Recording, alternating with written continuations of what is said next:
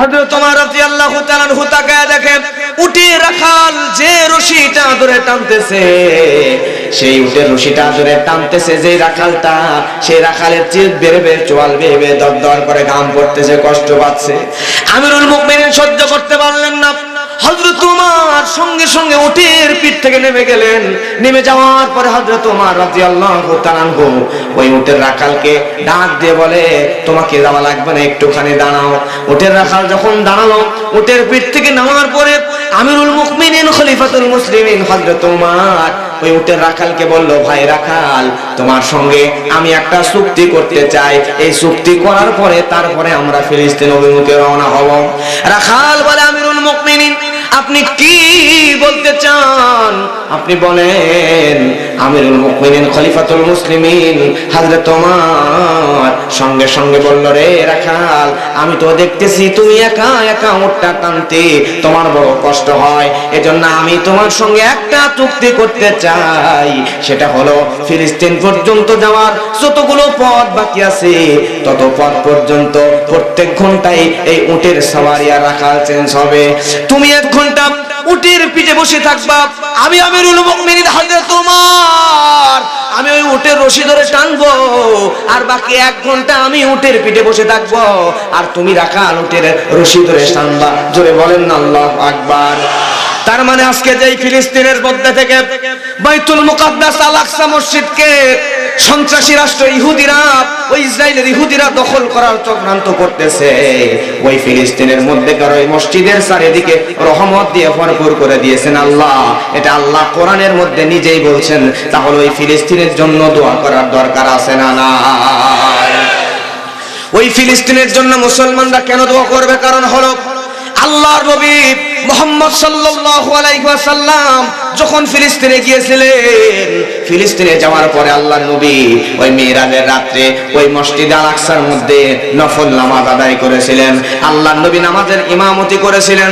শুধু তাই নয়, 1 নয় 2 নয়, আল্লাহর নবী মদিনাতে যাওয়ার পরেও দীর্ঘ 17 মাস পর্যন্ত ওই ফিলিস্তিনের আল আকসা মসজিদের দিকে মুখ করে নামাজ পড়েছে। ওইটাই মুসলমানদের প্রথম কিবলা ছিল। ধরে বলেন সুবহানাল্লাহ। বর্তমান সময়ে তাম পৃথিবীতে পরাশক্তির যে রাষ্ট্র, তার নাম কি বলেন তো? আমেরিকা। আমেরিকা হচ্ছে বর্তমান পৃথিবীর পরাশক্তি। আর তৎকালীন সময়ে রাসূলুল্লাহ সাল্লাল্লাহু আলাইহি ওয়াসাল্লামের যুগে পরাশক্তি রাষ্ট্রের নাম ছিল রোম।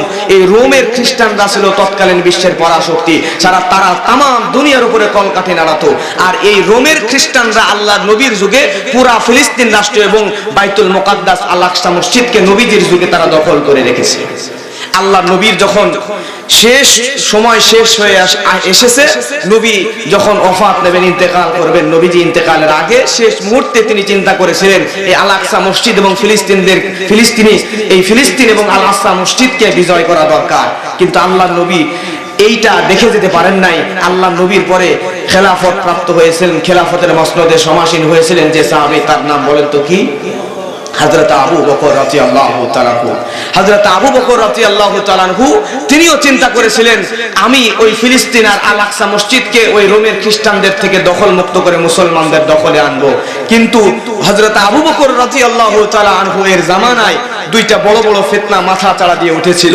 এই 2টা ফিতনার মধ্যে একটা হচ্ছে কিছু মুনাফিকরা ওই সমাজে ফরজ আইন, আল্লাহর ফরজ বিধান যাকাত দানে অস্বীকৃতি জানিয়েছিল। আর তৎকালীন সময়ে একজন ভণ্ড নবীর আবির্ভাব হয়েছিল, যার নাম হচ্ছে মুসাইলামাতুল কাযযাব। এই মুসাইলামাতুল কাযযাবের অনুসারী এবং যাকাত দানে অস্বীকৃতিকারী মুনাফিকদের সঙ্গে হযরত আবু বকর রাদিয়াল্লাহু তাআলা আনহু যুদ্ধ ঘোষণা করেছিল। এদের সঙ্গে যুদ্ধ করতে করতে হযরত আবু বকর রাদিয়াল্লাহু তাআলা আনহু তিনিও ফিলিস্তিন দখল করতে পারেন নাই, মুসলমানদের অধীনস্থ করতে পারেন নাই।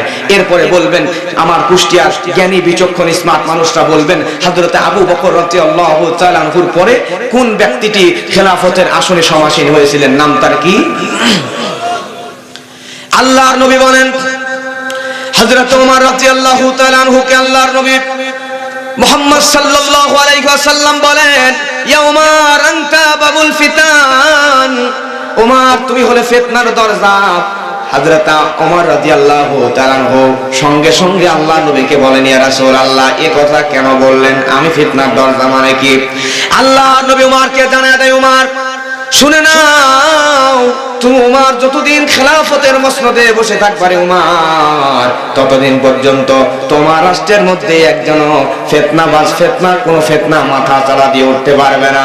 তুমি উমরের খেলাফত যখন শেষ হয়ে যাবে, তুমি উমর যখন দুনিয়া থেকে বিদায় হয়ে যাবা, তুমি উমর দুনিয়া থেকে বিদায় হয়ে যাওয়ার পরে এই দুনিয়ার মধ্যে যে খেলাফত আসবে, যে ক্ষমতা প্রাপ্ত হোক না কেন, তুমি উমর বিদায় হওয়ার পরে সমুদ্রের ঢেউগুলা আসমানের দিকে উঠে ঠাস করে যেমন জমিনের মধ্যে পড়ে যায়, উমর তুমি শুনে নাও, ঠিক তেমন করে তুমি উমরের পরে ওই জামানার মধ্যে ওই সমুদ্রের ঢেউয়ের ন্যায় ফিতনাগুলো উপরে উঠে জমিনের উপরে আশ্রে আশ্রে পড়তে থাকবে, পুরা জমিন ফিতনা দিয়ে ভরপুর হয়ে যাবে। জোরে বলেন আল্লাহু আকবার। হযরত ওমর রাদিয়াল্লাহু তাআলা আনহুর জামানা চলে আসলো। ইসলামের ইতিহাসে তারিখে ইসলাম পড়ে দেখেন, আল বিদায়া ওয়ান নিহা পড়ে দেখেন, ইসলামের ইতিহাসে যতগুলো যুদ্ধ সংঘটিত হয়েছিল, মুসলমানদের এই যুদ্ধগুলোর মধ্যে সবচাইতে ভয়ঙ্কর যুদ্ধ, ভয়ানক যুদ্ধের নাম হলো, ভয়ঙ্কর যুদ্ধের নাম হলো ইয়ারমুকের যুদ্ধ। যেই যুদ্ধ হযরত ওমর রাদিয়াল্লাহু তাআলা আনহুর জামানায় সংঘটিত হয়েছিল। আমিরুল মুমিনিন খলিফাতুল মুসলিমিন খেলাফতের মসনদে বসার পরে হযরত ওমর চিন্তা করলেন, ওই ফিলিস্তিনকে বিজয় করা দরকার, আল আকসা মসজিদকে বিজয় করা দরকার। আমিরুল মুমিনিন ইয়ারমুকের যুদ্ধের জন্য ফিলিস্তিন অভিমুখী 1 নয় 2 নয় 36,000 মুসলমান সৈন্য প্রেরণ করলেন। যে সৈন্যের মধ্যে ছিল হযরত খালিদ বিন ওয়ালিদ রাদিয়াল্লাহু তাআলা আনহু, আবু উবাইদা ইবনুল জাররাহ রাদিয়াল্লাহু তাআলা আনহু, এরকম বড় বড় সাহাবীরা ওই সৈন্য বাহিনীর মধ্যে ছিল।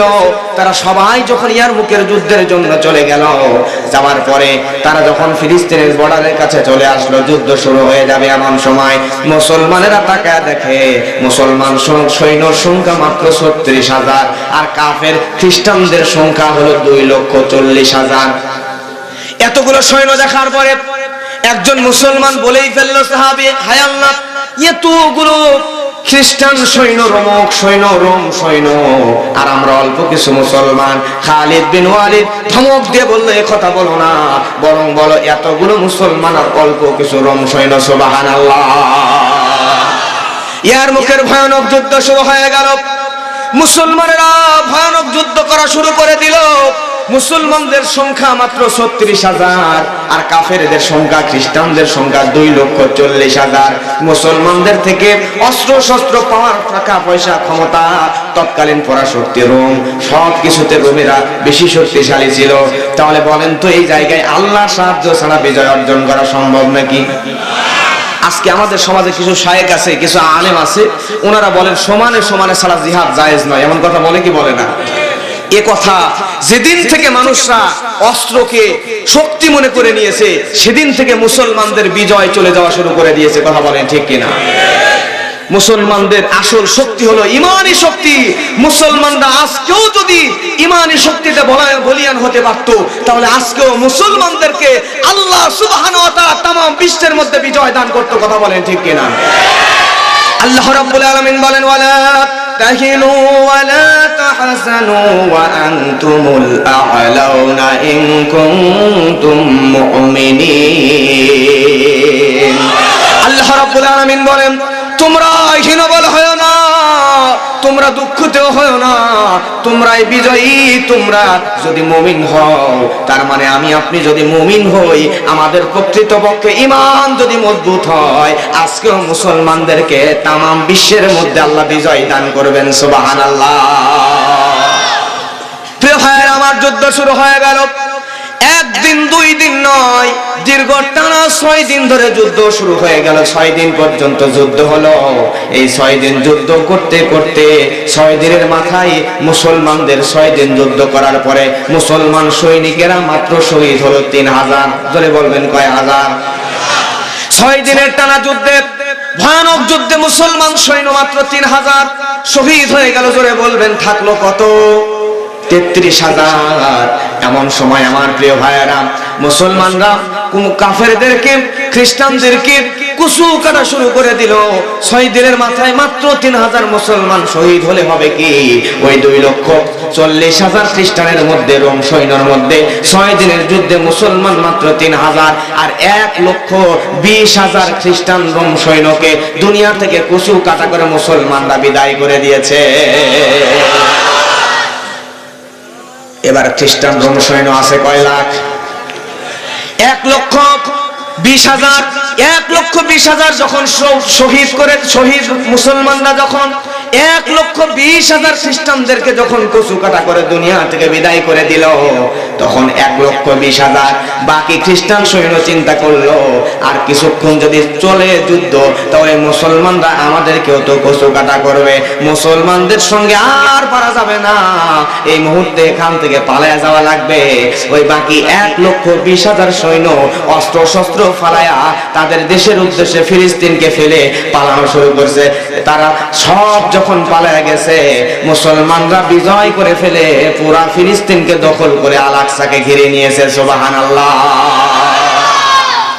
মুসলমানরা আল আকসা মসজিদকে ঘিরে নেওয়ার পরে আল আকসা মসজিদ বাইতুল মুকাদ্দাস মসজিদের গেটে দাঁড়াইছে। দাঁড়ানোর পরে এবার মুসলমানরা ওই মসজিদের ভিতরে যেই পাদ্রী ছিল, নাম তার সোফরানিয়াস, এই সোফরানিয়াসকে ডাক দিয়ে বলে, রে সোফরানিয়াস তুমি এই মুহূর্তে বের হয়ে আসো। সোফরানিয়াসকে যখন বের হয়ে আসতে বলল, সোফরানিয়াস গেটে আসলো। আসার পরে মুসলমানরা ডাক দিয়ে বলে, রে সোফরানিয়াস তুমি এই মুহূর্তে তুমি জানো নাকি আমরা মুসলমানরা পুরা ফিলিস্তিন রাষ্ট্রকে দখল করে ফেলেছি। শুধু তাই নয়, এই ফিলিস্তিন রাষ্ট্র দখল করে আল আকসা মসজিদকে আমরা ঘিরে নিয়েছি। চারিদিক থেকে হাজার হাজার মুসলমানেরা আল আকসা মসজিদকে ঘিরে নিয়েছি।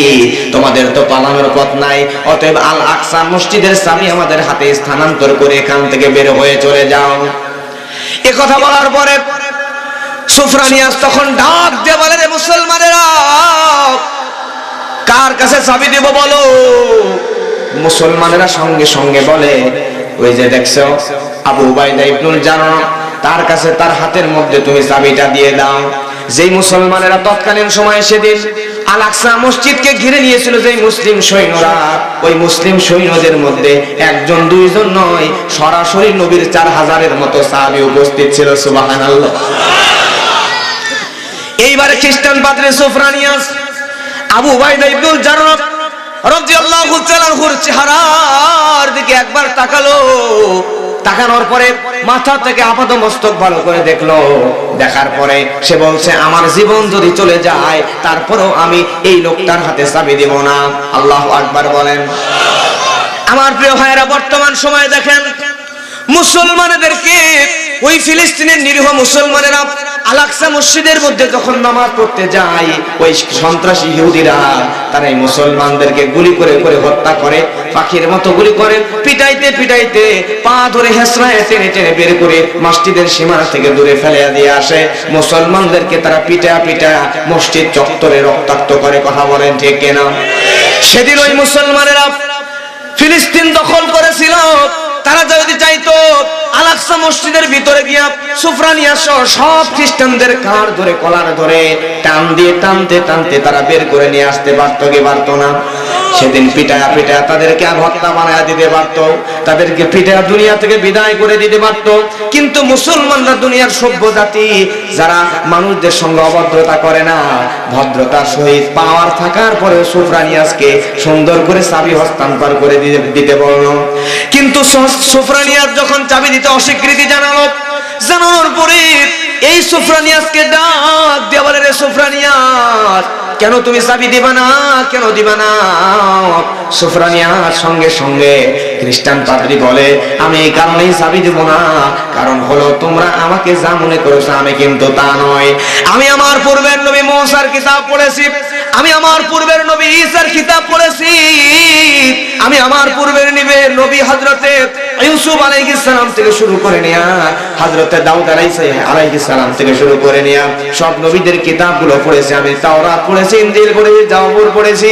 আমি আমার পূর্বের নবী মুসার কিতাব থেকে, ঈসার কিতাব থেকে জেনেছি শেষ জামানায় মুহাম্মদ সাল্লাল্লাহু আলাইহি ওয়াসাল্লাম আখির জামানার পয়গম্বরের সময় যখন আসবে, ওই পয়গম্বরের সময় এরপরে যেই লোকটা বিজয় করবে ফিলিস্তিনের আল আকসা মসজিদ, তার ভবিষ্যৎবাণী আমি জেনে নিয়েছি যে এই লোকটা মুহাম্মদ নবী বিদায় হওয়ার পরে ফিলিস্তিন আল আকসা মসজিদকে বিজয় করবে। তোমরা যেই লোকটার হাতে চাবি হস্তান্তর করতে বলছো, আসলে ওই লোকটার মধ্যে আমি ওই ভবিষ্যৎবাণী অনুযায়ী গুণগুলো পাই না। জোরে বলেন সুবহানাল্লাহ। আমি আমার কিতাবের মধ্যে যে গুণগুলো গুণ সম্পন্ন মানুষের কথা পেয়েছি, ওই মানুষকে যদি আমি পাই তাহলে শুধুমাত্র ওই মানুষের হাতেই আমি আল আকসা মসজিদের চাবি দিব, নতুবা আর কোনো মানুষের হাতেই আমি আল আকসা মসজিদের চাবি দিব না। এমন কথা বলার পরে সুফরানিয়াজ আবার আল আকসা মসজিদের মধ্যে ঢুকে গেল। ঢুকে যাওয়ার পরে আমার প্রিয় মুসলমান ভাইয়েরা, এবার আল আকসা মসজিদের ভিতরে যখন ঢুকে গেল, ঢুকে যাওয়ার পরে একদিন, দুই দিন, তিন দিন, 4 দিন হয়ে গেল, মুসলমানরা পিটালো না, জোর করে বের করেও দিল না।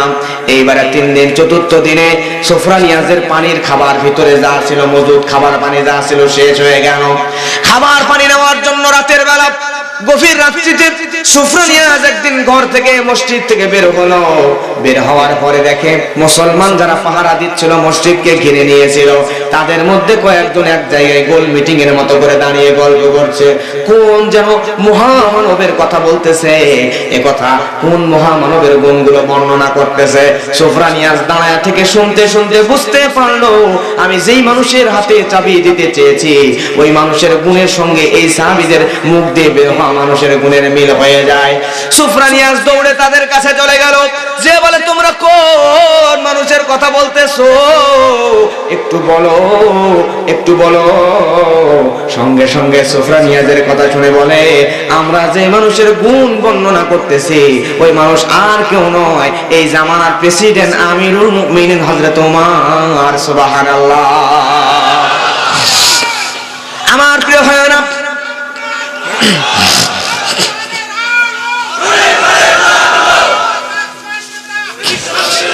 সুফরানিয়াজ আবার কি করলো? সুফরানিয়াজের কথা শুনিয়া মুসলমানেরা এবার তারা চলে গেল আবু উবাইদা ইবনুল জাররাহর কাছে। যাওয়ার পরে বলে, আপনি হযরত আমিরুল মুমিনিনের কাছে একটা চিঠি লিখে পাঠায়া দেন। হযরত ওমরের কাছে চিঠি লেখা হলো, আমিরুল মুমিনিন আপনি না আসলে অন্য কারো হাতে খ্রিস্টান পাদ্রীরা চাবি হস্তান্তর করবে না, আপনি যদি আসেন শুধুমাত্র আপনার হাতেই চাবি দেবে। এইবারে খলিফা ওমর রাদিয়াল্লাহু তাআলা আনহু, অর্ধ জাহানের খলিফা ওমর রাদিয়াল্লাহু তাআলা আনহু, তিনি কে করলেন? হযরত ওমর রাদিয়াল্লাহু তাআলা আনহু তিনি এবার মদিনা থেকে ফিলিস্তিনে অভিমুখে রওনা করবেন। মদিনা থেকে ফিলিস্তিনের দূরত্ব হলো 1000 মাইল। জোরে বলবেন কত মাইল? 1000 মাইল। 1000 মাইল দূরত্ব পথ অতিক্রম করবেন হযরত ওমর। আমরা বাংলাদেশের সামান্য একজন মেম্বার যদি বাড়ি থেকে বের হয়, সামনে 2 জন পিছনে 2 জন মানুষ থাকে, কথা বলেন ঠিক কিনা? আমাদের এলাকার চেয়ারম্যান যদি বের হয়, সামনে 4টা মোটরসাইকেল, পিছনে 2টা মোটরসাইকেল। এমপি যদি বের হয় আরো বেশি। আমাদের বাংলাদেশ পৃথিবীতে যতগুলো রাষ্ট্র আছে, আমি কয়েকটা রাষ্ট্রে ভ্রমণ করেছি, আমি এই রাষ্ট্রের ম্যাপগুলো ভালো করে দেখেছি। বাংলাদেশটা তামাম পৃথিবীর মধ্যে সবচাইতে বড় রাষ্ট্র হলো, সবচাইতে বড় আয়তনে বড় দেশ হলো রাশিয়া, সবচাইতে ছোট দেশ হলো ভ্যাটিকান সিটি। আর এই ভ্যাটিকান সিটির মতো ছোট ছোট দেশগুলোর মধ্যে অন্যতম ক্ষুদ্র ছোট্ট একটা দেশ হলো বাংলাদেশ। বিশ্ব মানচিত্রে নজর করে দেখলে বুঝতে পারবেন বাংলাদেশটাকে ভালো করে দেখাই যায় না, এক কর্নারে অবস্থিত। এত সেটা একটা বাংলাদেশের প্রাইম মিনিস্টার, তিনি যদি কোন জেলায়, কোন এলাকায়, কোন রাষ্ট্রে যদি সফর করতে যান, সঙ্গে সামনে 20টা গাড়ি, 50টা গাড়ি, র্যাব, পুলিশ, বিজেপির অভাব নাই। এরপরে সামনে পিছনে গাড়ি তো আছে, সেনাবাহিনী তো আছে, 1 2 জন নয়, হাজার হাজার। তাহলে সামান্য ক্ষুদ্র বাংলাদেশের মতো এত ছোট দেশের প্রাইম মিনিস্টার যদি কোনো জায়গায় যাইতে হাজার হাজার সৈন্যবাহিনী নিয়ে যাওয়া লাগে, তাহলে বলেন তো আমিরুল মুমিনিন খলিফাতুল মুসলিমিন হযরত ওমর, তিনি অর্ধ জাহানের খলিফা, 1টা 2টা নয়, অর্ধ পৃথিবীর খলিফা হওয়ার পরে হযরত ওমর যদি এক রাষ্ট্র থেকে আরেক রাষ্ট্র যায়, তাহলে কয়েক লক্ষ সফর সঙ্গী নিয়ে যাওয়ার দরকার আছে না না? কিন্তু আমিরুল মুমিনিন হযরত ওমর বলে, আমি ফিলিস্তিন অভিমুখে রওনা করব, কিন্তু আমার সঙ্গে আমি কাউরে নিব না। আমি একা একা যাব। আমার সঙ্গে শুধুমাত্র থাকবে একটা সওয়ারি উট, আর ওই উটের রাখাল আর আমি উমার ছাড়া আমার সঙ্গে আমি আর কাউকে সঙ্গে নিব না। সুবহানাল্লাহ। কোন সফর সঙ্গে নিলেন না হযরত ওমর, একা একটা উটের পিঠে উঠলেন। উটের রাখাল উটের রশিটা ধরে টানতে টানতে মদিনা থেকে ফিলিস্তিন অভিমুখে রওনা করেছে। ফিলিস্তিন অভিমুখে রওনা করে অনেক দূর যখন চলে গেছে, হযরত ওমর উটের পিঠ থেকে লক্ষ্য করে দেখে, হযরত ওমর রাদিয়াল্লাহু তাআলা আনহু তাকায় দেখে উটের রাখাল যে রশিটা ধরে টানতেছে, সেই উটের রশিটা ধরে টানতেছে যে রাখালটা, সেই রাখালের চিত বের বের চোয়াল বেয়ে বেয়ে দরদর করে ঘাম পড়তেছে, কষ্ট পাচ্ছে। আমিরুল মুমিনিন সহ্য করতে পারলেন না। হযরত ওমর সঙ্গে সঙ্গে উটের পিঠ থেকে নেমে গেলেন। নেমে যাওয়ার পরে হযরত ওমর রাদিয়াল্লাহু তাআলা আনহু ওই উটের রাখালকে ডাক দিয়ে বলে, তোমাকে যাওয়া লাগবে না, একটুখানি দাঁড়াও। উটের রাখাল যখন দাঁড়ালো, উটের পিঠ থেকে নামার পরে আমিরুল মুমিনিন খলিফাতুল মুসলিমিন হযরত ওমর ওই উটের রাখালকে বলল, ভাই রাখাল, তোমার সঙ্গে আমি একটা চুক্তি করতে চাই। এই চুক্তি করার পরে তারপরে আমরা ফিলিস্তিন অভিমুখে রওনা হব। রাখাল বলে, আমিরুল মুমিনিন, আপনি কি বলতে চান? আপনি বলেন। আমিরুল মুমিনিন খলিফাতুল মুসলিমিন হযরত ওমর সঙ্গে সঙ্গে বলল, রে রাখাল, আমি তো দেখতেছি তুমি একা একা উটটা টানতে তোমার বড় কষ্ট হয়, এজন্য আমি তোমার সঙ্গে একটা চুক্তি করতে চাই। সেটা হলো ফিলিস্তিন পর্যন্ত যাওয়ার যতগুলো পথ বাকি আছে তত পথ পর্যন্ত প্রত্যেক ঘন্টায় এই উটের সওয়ারি আর রাখাল চেঞ্জ হবে। তুমি 1 ঘন্টা উটের পিঠে বসে থাকবা, আমি আমিরুল মুমিনিন হযরত ওমর আমি ওই উটের রশি ধরে টানবো, আর বাকি 1 ঘন্টা আমি উটের পিঠে বসে থাকবো, আর তুমি রাখাল উটের রশি ধরে টানবা। জোরে বলেন না আল্লাহু আকবার। এইবার রাখাল বলে, আমিরুল মুমিনিন, এটা তো হইতে পারে না, আপনি অদ্য জাহানের খলিফা, আপনি কেমন করে উটের রশি ধরে টানবেন আর আমি কেমন করে উটের পিঠে বসে থাকবো? এটা তো হতে পারে না। ওমর বলে, আমি যেটা বলেছি সেটাই করতে হবে, তোমাকে ওই উটের পিঠে বসা লাগবে। আমিরুল মুমিনিন হযরত ওমর রাদিয়াল্লাহু তাআলা আনহু এমন কথা বলার পরে রাখাল রাজি হয়ে যায়। দুইজন এমনি করে একজন করে সওয়ারি আর রাখাল চেঞ্জ করতে করতে চলতে আশ্চর্যের বিষয় হলো এটা, প্রিয় ভাইরা আমার, তারা যখন একদম ফিলিস্তিনের বর্ডারের কাছে চলে আসছে, বর্ডারটা ক্রস করবে, লাস্টের 1 ঘন্টা, ওই 1 ঘন্টায় পালি পড়েছে রাখাল উটের পিঠে বসার আর ওমরের রশি ধরে টানার। জোরে বলেন সুবহানাল্লাহ। হযরত ওমর রশি ধরে টানতেছে আর রাখাল উটের পিঠের উপর বসে আছে। এমন সময় সামনের দিকে ওই ফিলিস্তিন রাষ্ট্রের মানুষগুলো 1 2 জন নয়, লক্ষ লক্ষ হাজার হাজার ফিলিস্তিনি খ্রিস্টানরা একত্রিত হয়ে গেছে। তারা আসছে হযরত ওমরকে সংবর্ধনা দেওয়ার জন্য, ফুলের মালা দেওয়ার জন্য। কারণ হলো অর্ধ জাহানের খলিফা ওমর, সেই উমরের নাম শুনলে বাঘে ছাগলে থরথর করে কাঁপতে কাঁপতে এক ঘাটে পানি খায়। সেই উমর রাদিয়াল্লাহু তাআলা আনহুর নাম শুনলে ইহুদি খ্রিস্টানরা, কাফের বেঈমানরা থরথর করে কাঁপে, বাতিলের মস্তক থরথর করে কেঁপে ওঠে। যে উমরের নাম শুনলে সেই উমর রাদিয়াল্লাহু তাআলা আনহু মদিনা থেকে আমাদের ফিলিস্তিন অভিমুখে আসতেছে, তার মানে আমিরুল মুমিনিন খলিফাতুল মুসলিমিন উমরকে সংবর্ধনা দেওয়া লাগবে। হাজার হাজার লক্ষ লক্ষ খ্রিস্টানরা একদম ফিলিস্তিনের বর্ডার এসে ফুলের মালা নিয়ে রেডি হয়ে আছে। তারপরে যখন ওমর রশি ধরে আসতেছে, আসার পরে ফিলিস্তিনের বর্ডার ক্রস করে যেই না ফিলিস্তিনের ভিতরে ঢুকে গেল, ঢুকে যাওয়ার সঙ্গে সঙ্গে ফিলিস্তিনি লোকেরা, তারা তো আর চেনে না কে রাখাল কে ওমর, সব লোকেরা ওমর রাদিয়াল্লাহু তাআলা আনহুকে ফেলে রেখে তাড়াহুড়া করে ওই রাখালের কাছে গিয়া রাখালের গলার মধ্যে ফুলের মালা দেওয়া শুরু করে দিছে। প্রিয় ভাইরা, হযরত ওমর রাদিয়াল্লাহু তাআলা আনহু এতিমের মতো দাঁড়ায় আছে, আর ওইদিকে রাখালকে খ্রিস্টানরা যখন মালা দিছে, মালা দেওয়ার পরে রাখাল চোখের পানি ছেড়ে দিয়া কাঁদে। কাঁদতে কাঁদতে খ্রিস্টানদেরকে বলে, রে ফিলিস্তিনের খ্রিস্টানেরা তোমরা শুনে নাও, তোমরা শুনে নাও, আজকে তোমরা যার গলায় জাহানের প্রেসিডেন্ট মনে করে মালা দিতেছ, আসলে আমি তো সেই প্রেসিডেন্ট ওমর নয়, আমি হলাম ওমরের রাখাল। আর এই উটের রশি ধরে এতিমের মতো যেই লোকটা পাশে দাঁড়ায় আছে, ওই লোকটাই হলো জাহানের খলিফা হযরত ওমর। জোরে বলেন আল্লাহু আকবার। ইতিহাস সাক্ষী আছে, তারিখে ইসলাম পড়ে দেখেন, আল বিদা ওয়ান নিহায়া পড়ে দেখেন, ইসলাম সাক্ষী, ইতিহাস সাক্ষী আছে। ওই দিন ওই উমরের এই মহানুভবতা দেখে, ওই উমর রাদিয়াল্লাহু তাআলা আনহুর ভিতরে আদর্শের ছাপ দেখে, ওই দিন একজন দুইজন নয়, যতগুলো লোক, যতগুলো খ্রিস্টান উমরকে সংবর্ধনা দিয়ে রিসিভ করার জন্য এসেছিল, সবাই উমরের চরিত্র দেখে ওই জায়গায় কালেমা পড়ে মুসলমান হয়ে গিয়েছিল।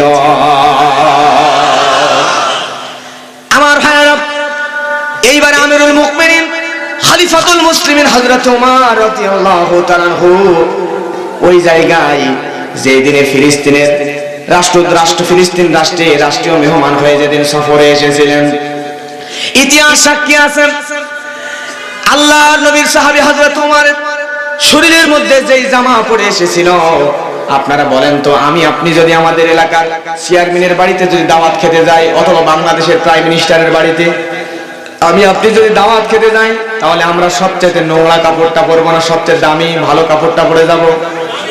সবচেয়ে ভালোটা পরে যাব কিনা? সবচেয়ে ভালোটা পরে যাওয়ার চেষ্টা করব। কিন্তু আমিরুল মুমিনিন খলিফাতুল মুসলিমিন হযরত ওমর রাদিয়াল্লাহু তাআলা আনহু, ইতিহাস সাক্ষী আছে, তিনি যেদিন মদিনা থেকে ফিলিস্তিন রাষ্ট্রীয় মেহমান হয়ে সফর করতে গিয়েছিলেন, সেদিন হযরত ওমরের শরীরের মধ্যে যেই জামাটা ছিল, ওই জামার মধ্যে একটা দুইটা নয়, ওই জামার মধ্যে প্রায় 17টা ছেঁড়া জায়গায় তালি দেওয়া ছিল। 17 জায়গায় ছেঁড়া জামা পরে রাষ্ট্রীয় মেহমান প্রাইম মিনিস্টার আর একটা দেশে আল্লাহর নবীর সাহাবী হযরত ওমর সফর করতে গিয়েছিলেন। সুবহানাল্লাহ। আবু উবাইদা ইবনুল জাররাহ রাদিয়াল্লাহু তাআলা আনহু এই দৃশ্য দেখলেন। দেখার পরে আল্লাহর নবী হযরত ওমর রাদিয়াল্লাহু তাআলা আনহুকে লক্ষ্য করে বললেন, উদ্দেশ্য করে বললেন, আমিরুল মুমিনিন, আপনি আজকে আপনার নাম শুনলে বাতিলের থরথর করে কাঁপে, আর আপনি হযরত ওমর একটা রাষ্ট্র থেকে আরেকটা রাষ্ট্রে এসেছেন। আপনি তো আসার আগে, আপনাকে দেখার আগে তাদের মনের মধ্যে ছিল অনেক ভয়, আতঙ্কে ছিল তারা, কিন্তু আজকে আপনি রাষ্ট্রীয় মেহমান হয়ে ফিলিস্তিনে সফর করতে আসলেন। আজকে তো আপনার উচিত ছিল একটা সুন্দর জামা পরে আসার। কিছু মনে করবেন না, ডোন্ট মাইন্ড। কিছু যদি মনে না করেন, বেয়াদবি মনে না করেন, তাহলে আমি বলি, এটা একটু কি দৃষ্টিকটু মনে হয়ে যায় না? আপনি রাষ্ট্রীয় মেহমান হয়ে আসতেন, আপনার তো উচিত ছিল আজকে একটু ভালো জামা পরে আসেন।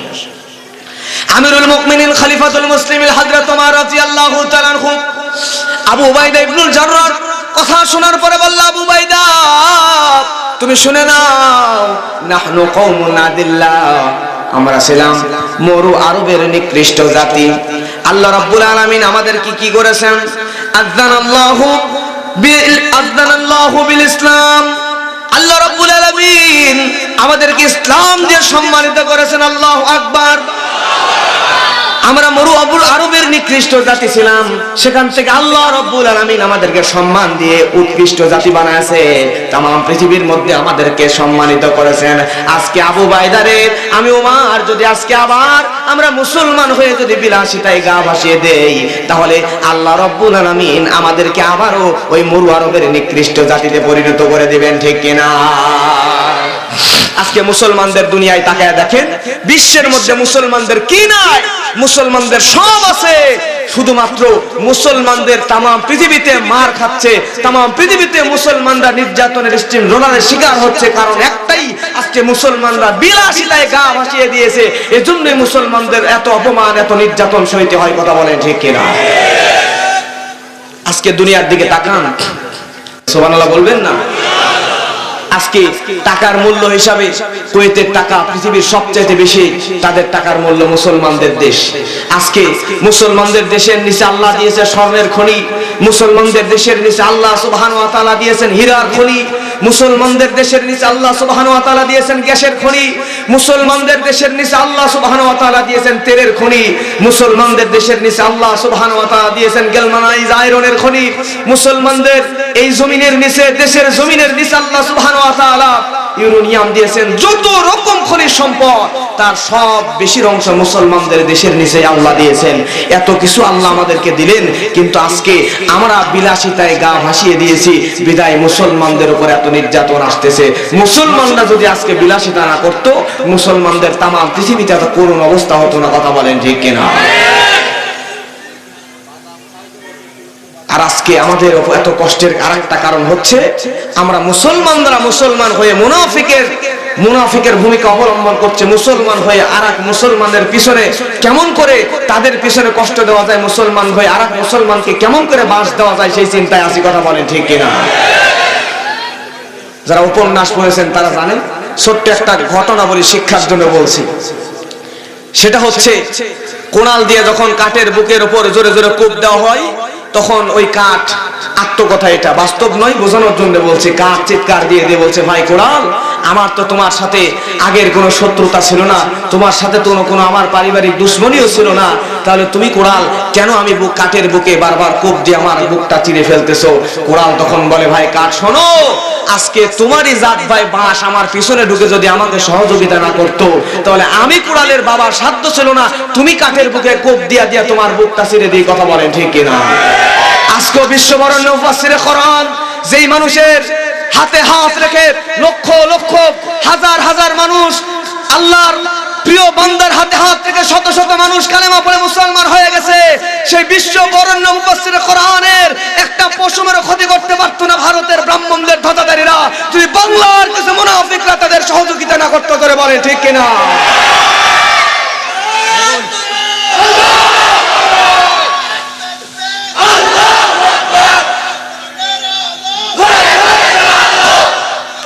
আমার প্রিয় ভাইরা, লক্ষ্য করেন, আজকে দুনিয়ায় মুসলমানদের দিকে তাকিয়ে দেখেন, মুসলমানরা এত নির্যাতনের স্টিম রোলার শিকার হচ্ছে কেন? কারণ হচ্ছে, আজকে মুসলমান, আমরা মুসলমান, আমাদের মতোই মুসলমান, আমাদের মতোই আমাদেরই ভাই আর একটা দেশ সৌদি আরব। এই মুসলমানরা যখন ফিলিস্তিনে মার খাচ্ছে, মুসলমানরা যখন কাশ্মীরে মার খাচ্ছে, চেচনিয়া বসনিয়া আফগানিস্তানের মধ্যে মুসলমানেরা যখন মার খাচ্ছে, মায়ানমারের বার্মায় যখন মুসলমানেরা মার খাচ্ছে, চীনের উইঘুরে যখন মুসলমানেরা মার খাচ্ছে, তখন আমাদের জাত ভাই ওই সৌদি আরবের মুসলমান তারা বিলাসিতায় গা ভাসিয়ে দিয়েছে। তারা মুসলমানদের টাকায় টাকা পয়সা আল্লাহ দিয়েছে, সেই টাকা নিয়ে বিলাসিতার এমন পর্যায়ে চলে গিয়েছে যেটা বললে আপনি অবাক হয়ে যাবেন। এই সৌদি আরবের ক্রাউন প্রিন্স নাম তার মোহাম্মদ বিন সালমান। আমি কিছুদিন আগে উমরায় গিয়েছিলাম, যাই আরবিয়ানদের সাথে কথা বলতে বলতে বুঝলাম তারা মোহাম্মদ বিন সালমানের নাম মোহাম্মদ বিন সালমান বলে না, তাকে সংক্ষিপ্ত নামে MBS বলে ডাকে। এমতে মোহাম্মদ, বিতে বিন, আর এসতে সালমান। জিজ্ঞাসা করলাম আরবিয়ানকে, ভাই এ কথা কেন, আপনারা কেন মোহাম্মদ বিন সালমানের পূর্ণ নাম বলেন না? তারা তখন আমাকে এভাবে বলছে, বলা না বলার কারণ হচ্ছে প্রিয় ভাইরা, কারণ তারা ওই মোহাম্মদ বিন সালমান তার কার্যকর্মে এতটাই ঘৃণিত, তারা ওই তাদের কাছে মোহাম্মদ বিন সালমান যার নামটাও রাসূলের নামের সঙ্গে মেলে বলে তাকে পূর্ণাঙ্গ নামে ডাকেন MBS বলে ডাকে। কারণ হচ্ছে তার বিলাসিতা কোন পর্যায়ে চলে গেছে বললে আপনি বুঝবেন। 2016 সালে ফ্রান্সের প্যারিসে এই মোহাম্মদ বিন সালমান একটা বাড়ি কিনেছিল, একটা ফ্ল্যাট কিনেছিল, বিলাসবহুল বাড়ি। যেই বাড়িটার মূল্য ছিল প্রায় 300 মিলিয়ন ইউরো। এত টাকা দিয়ে কিনছে। কেনার পরে এই 2016 সাল থেকে শুরু করে 24 সাল পর্যন্ত 2 থেকে 3 বার ওই বাড়িতে কিছু অল্প সময়ের জন্য গিয়ে থাকছে, অল্প কিছু সময়ের জন্য, কিন্তু 300 মিলিয়ন ইউরো এত টাকা দিয়ে সে ওই বাড়িটা কিনেছে। এরপর পানি জাহাজ, প্রাইভেট জেট থাকে না, পানির মধ্যে যে জাহাজগুলো চলে, জাহাজ কিনছে, কিনে সমুদ্রের মধ্যে মাঝে মধ্যে ভ্রমণ করতে যায়, ওই 2-4-5 ঘন্টার জন্য ভ্রমণ করতে যায়। এই একটা প্রাইভেট আপনার পানি জাহাজ কিনছে, যে জাহাজটার দাম প্রায় $500 মিলিয়ন। এত টাকা দিয়ে পানি জাহাজ কিনছে, সে 2-1 বছরে যায় কিনা সন্দেহ। এরপরে পাকিস্তান, আপনার প্রিয় ভাইয়ারা, আপনাদের কষ্ট হয় নাকি? শেষ করে দিব, আর অল্প কিছু সময় থাকবেন তো ইনশাআল্লাহ। এরপরে মোহাম্মদ বিন সালমান, তাদের দেশ সৌদি আরবের মুসলমানেরা, আমাদের যুবকরা ভালো চেনে, বাংলাদেশের 2টা জনপ্রিয় খেলোয়াড়ের, অন্যান্য দেশের 2 জন জনপ্রিয় খেলোয়াড়, একটার নাম মেসি আর একটার নাম কি? নেইমার। এই সৌদি আরবের কিছু মানুষ এই নেইমারকে আল হেলাল ক্লাব থেকে নিয়ে গিয়েছিল সৌদি আরবে ফুটবল খেলার জন্য। তার বাৎসরিক যে বেতন নির্ধারণ করা হয়েছিল, এই বেতনটা এত বেশি, যেই টাকা বাংলা টাকায় প্রায় তার বেতন হয় 18,000 কোটি টাকা। তাহলে চিন্তা করে দেখেন তাদের বিলাসিতা কোন পর্যায়ে থেকে গেছে। আজকে 18,500 কোটি টাকা। আমি যখন ওমরায় গেলাম, ওমরায় গিয়ে দেখলাম আমাদের বাংলা টাকায় তাদের 1 রিয়াল নিতে বাংলা টাকায় 35 টাকা 71 পয়সার মতো গুনে দিতে হচ্ছে। তাহলে এই 18,500 কোটি টাকা যদি নেইমারকে নিয়ে এসে ফুটবল খেলা দেখে বিনোদন না নিয়ে ওই ফিলিস্তিনের মুসলমানদেরকে দিত, তাহলে ফিলিস্তিনের মুসলমানদের এই টাকা দিয়ে কয়েক মাসের খাবারের ব্যবস্থা হয়ে যেত। কথা বলেন ঠিক কিনা? কিন্তু আজকে এই সৌদি আরবের লোকেরা, আজকে মুসলিম বিশ্বের কিছু মুনাফিকরা, তারা যে বিলাসিতা করছে, এই বিলাসিতার অর্থ কোত্থেকে আসছে? তাদের জমিনের নিচে আল্লাহ সুবহানাহু ওয়া তাআলা খনিজ সম্পদ দিয়ে রেখেছে, তেল দিয়েছে, আর সেই তেল বিক্রি করে তারা বিলাসিতা করছে। আর তেলটা কিনছে কারা? তেলটা কিনছে আমেরিকা। তেল কিনে বিমানের মধ্যে পারমাণবিক বোমা নিয়ে আফগানিস্তানের উপর নিক্ষেপ করে। কথা বলে ঠিক কিনা? আজকে এই অবৈধ রাষ্ট্র ইসরায়েল, যে ইসরায়েলের লোকেরা, ইসরায়েলের এই ইহুদি সন্ত্রাসীরা, তারা বিমানে উড়ে উড়ে বোমা নিয়ে গিয়ে নিরীহ মুসলমান ভাইদের উপরে গুলি বর্ষণ করছে। আকাশ থেকে বিমানে উড়ে গিয়ে গিয়ে বোমা বর্ষণ করছে। এই ইসরায়েলের ইহুদিরা, তারা যে বোমা মারার জন্য বিমান নিয়ে ফিলিস্তিনের উপরে যাচ্ছে, এই বিমান উড়ার জন্য যে তেল লাগে কোথায় পাচ্ছে? এই তেলটা কিনছে সৌদি আরবের থেকে, তেলটা কিনছে কুয়েত থেকে, কাতার থেকে, মুসলমানদের থেকে তেল কিনছে। মুসলমানদের থেকে তেল কিনে নিয়ে তারা এসে ওই জাহাজের মধ্যে দিয়া, জাহাজ মুসলমানদের তেলে জাহাজ উড়াইয়া মুসলমানদের উপর বোমা বর্ষণ করছে। আর ইহুদিদের টাকা, তারা তেল বিক্রি করে টাকা নিয়ে বিলাসিতায় মেতে উঠেছে, বিলাসিতায় গা ভাসিয়ে দিয়েছে। যার কারণে মুসলমানদের সমাজ তারা বিশ্বের মধ্যে আজকে করুণ পরিণত হয়ে যাচ্ছে। কথা বলেন ঠিক কিনা? আমার প্রিয় ভাইরা, এই হলো অবস্থা। কিন্তু আজকে আমরা মুসলমানদের সব আছে, মুসলমানদের টাকা পয়সা সম্পদ আছে, কয়েকটা মুসলমানদের কয়েকটা দেশের মধ্যে পারমাণবিক বোমাও আছে। মুসলমানদের খনিজ সম্পদের মালিক আল্লাহ বানালেন, টাকা পয়সার মালিক বানালেন, সব কিছু মুসলমানদেরকে আল্লাহ দিলেন। কিন্তু মুসলমানদের বর্তমান সময়ে সব আছে, কিন্তু ইমানটা নাই। কথা বলেন ঠিক কিনা? আর ইমান না থাকলে বিজয় আসবে না। ইমান যদি শক্তিশালী হয় তাহলে বিজয় দান করবেন। জোরে বলেন কে? আল্লাহর নবীর সাহাবী, অন্ধ সাহাবী আব্দুল্লাহ ইবনে উম্মে মাকতুম রাদিয়াল্লাহু তাআলা আনহু। আল্লাহর নবীর এই সাহাবী অন্ধ। আল্লাহর নবীর জীবদ্দশায় নবীদের কাছে কয়েকবার গিয়ে বলেছিল, ইয়া রাসূলুল্লাহ, আমার মনের বড় তামান্না, আমি একবার জিহাদের মধ্যে অংশগ্রহণ করতে চাই, কিন্তু জিহাদে গিয়ে আব্দুল্লাহ ইবনে উম্মে মাকতুম, তার তো চোখ নাই, সে তো জিহাদ করতে পারবে না। আল্লাহ নবী এর জন্য তাকে অনুমতি দেয় নাই। আবু বকরের জামানাতেও সে অনুমতি পায় নাই। হযরত ওমর রাদিয়াল্লাহু তাআলা আনহুর জামানায় আব্দুল্লাহ ইবনে উম্মে মাকতুম রাদিয়াল্লাহু তাআলা আনহু ওমরের কাছে গিয়ে বলে, আমিরুল মুমিনিন খলিফাতুল মুসলিমিন, আমি বড়, আমার মনে বড় তামান্না, আমি মুসলমানদের সঙ্গে জিহাদে শরীক হতে চাই, আমাকে একটু জিহাদে যাওয়ার জন্য অনুমতি দিয়ে দেন। হযরত ওমর রাদিয়াল্লাহু তাআলা আনহু সঙ্গে সঙ্গে আব্দুল্লাহ ইবনে উম্মে মাকতুমকে ডাক দিয়ে বলে, রে আব্দুল্লাহ ইবনে উম্মে মাকতুম, তুমি তো অন্ধ মানুষ, তুমি তো চোখে দেখতে পাও না, তোমার যেহেতু চোখ নাই, জিহাদের ময়দানে গেলে তুমি তরবারি দিয়ে কাউকে আঘাত করতেও পারবা না, তোমাকে কেউ তরবারি দিয়ে আঘাত করলে সেটা তুমি ঠেকাইতেও পারবা না, তাহলে জিহাদের ময়দানে গিয়ে তুমি কি করবা? আব্দুল্লাহ ইবনে উম্মে মাকতুম বলেন, আমিরুল মুমিনিন খলিফাতুল মুসলিমিন, আপনি শুনে নেন, আমি জিহাদের ময়দানে গিয়া আমি যে কিছু করতে পারবো না এমন কথা আপনি প্রশ্ন করবেন আমি জানতাম, এজন্য আপনার কাছে আসার আগে এই প্রশ্নের উত্তর আমি রেডি করে নিয়ে এসেছি। সুবহানাল্লাহ। আব্দুল্লাহ ইবনে উম্মে মাকতুম রাদিয়াল্লাহু তাআলা আনহু বলছেন, ইয়া রাসূলুল্লাহ, ইয়া হাবিবাল্লাহ, নবী গো, আমি যে আল্লাহর নবীর সাহাবী হযরত ওমর, আপনি শুনে নেন, ওমর ফারুক রাদিয়াল্লাহু তাআলা আনহু, আপনি শুনেন, আমি জিহাদের ময়দানে গিয়ে তরবারি দিয়ে আঘাত করতে পারবো না, আমাকে কেউ আঘাত করলে সেটা আমি যদিও ঠেকাইতেও পারবো না, কিন্তু আপনি শুনে নাও, আপনি শুনে নেন, জিহাদের ময়দানে যেই কালেমার পতাকা থাকবে, আমি ওই কালেমার পতাকাটাকে আকাশের দিকে তো উঁচু করে রাখতে পারবো। সুবহানাল্লাহ। আমিরুল মুমিনিন তার ইমানি জজবা দেখে অনুমতি দিয়ে দিল, আব্দুল্লাহ ইবনে উম্মে মাকতুম, তুমি যাও, তুমি জিহাদের ময়দানে শরীক হয়ে যাও।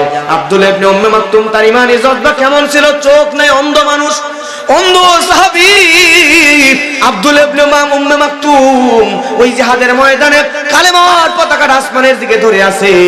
এমন সময় কাফেরেরা আব্দুল্লাহ ইবনে উম্মে মাকতুমকে লক্ষ্য করে আঘাত করা শুরু করে দিল। আব্দুল্লাহ ইবনে উম্মে মাকতুমকে তরবারি দিয়ে আঘাত করলো।